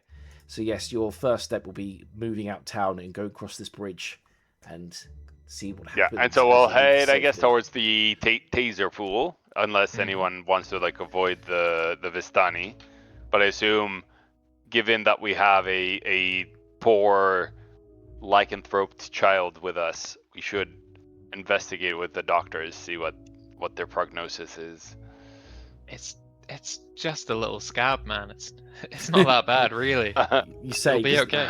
It's I get, extremely you're like painful. you're pulling out the hairs with like tweezers. Shaving for the first time. In fact, does Floki take him to the side and explain the birds and the bees now that he's gaining body hair? I mean, this is like that moment. I've been trying to like lobby him that like lycanthropy might not be that bad. I'm like, you know, like I had offered to cut it off when I thought it was like an infection of a concerning kind, but now that it's just like lycanthropy, like, you know, I've been turning into animals for years, and frankly, it's done wonders for my health. Yes, you're also Sounds a like true it. shifter. You've got various lycanthropies in your bloodline. Like one of your grandparents was a werewolf, another one was a werebear and a boar and stuff. So you've got a whole mix of different lycanthropies in you, which makes you like a super shifter. Oh. Yes. So yes, interesting. But yeah, you get the opportunity if you want to do that, or you can enjoy the stat block of being a werewolf. But that is things to look forward to. Otherwise, for now, you finish with the village of Barovia. There's plenty more to do there, plenty more to come back and complete. But you're now open to the world map, so that's an exciting part in most RPGs when you get to explore the world. We'll continue that next time. Very cool. I'll work out what your XP was for the fights and other things that you did there. I'll do that after this session. But you will get some XP for that. Are there any questions? Any things you liked or disliked about that particular session? It was a bit more of a technical session than most. I liked it. I think for notes, I prefer more role play sessions. So I really enjoyed this session. I think probably my only maybe tip, although I don't know if it could have been avoidable, is to say, okay, you visit the store, anything you want to buy, just let me know after this session, and we'll do we might have spent a little more time in that store. It frankly wasn't really disruptive. I guess it's more as a general tip, but we can do that bit maybe off screen. But then part of it was role play, so maybe ignore me. But when we were talking with the cousin, you have to do that by being in the store. But no, I really enjoyed this session. So no real notes. I liked it. This was a good balance of battle to role play and exploration and stuff. So I had fun. Excellent. And that will be the case going on. It'll be in the future. You just say, oh, you go to the shop and you can let me know what you got afterwards. But this was definitely you're now starting to build relationships with the shop owner. Yeah. Yeah. So this is good opportunities for that.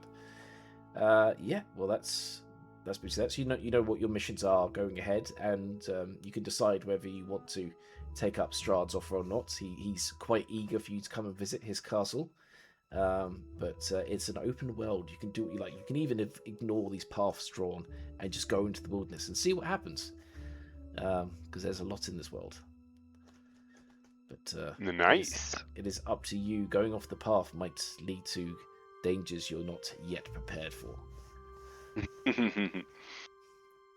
As long as we don't step in the woods at nighttime, we'll be fine. Fine. I'm sure you'll be fine. Nothing bad can happen. We'll be okay. Brilliant. Sweet. Okay, well, see you guys soon. Thank you very much. Thank you, Bard. Yeah, thank you for the session. Tips. Thank you, Coffee. Yeah, I appreciate that. I had a lot of fun. And for everyone watching at home, we do have currently 5 viewers online. Woohoo.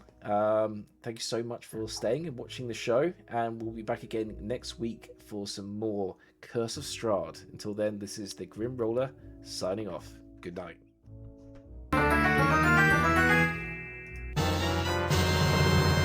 Yay. Nice night, guys. Bye-bye. Night, guys. Night, guys. Everyone.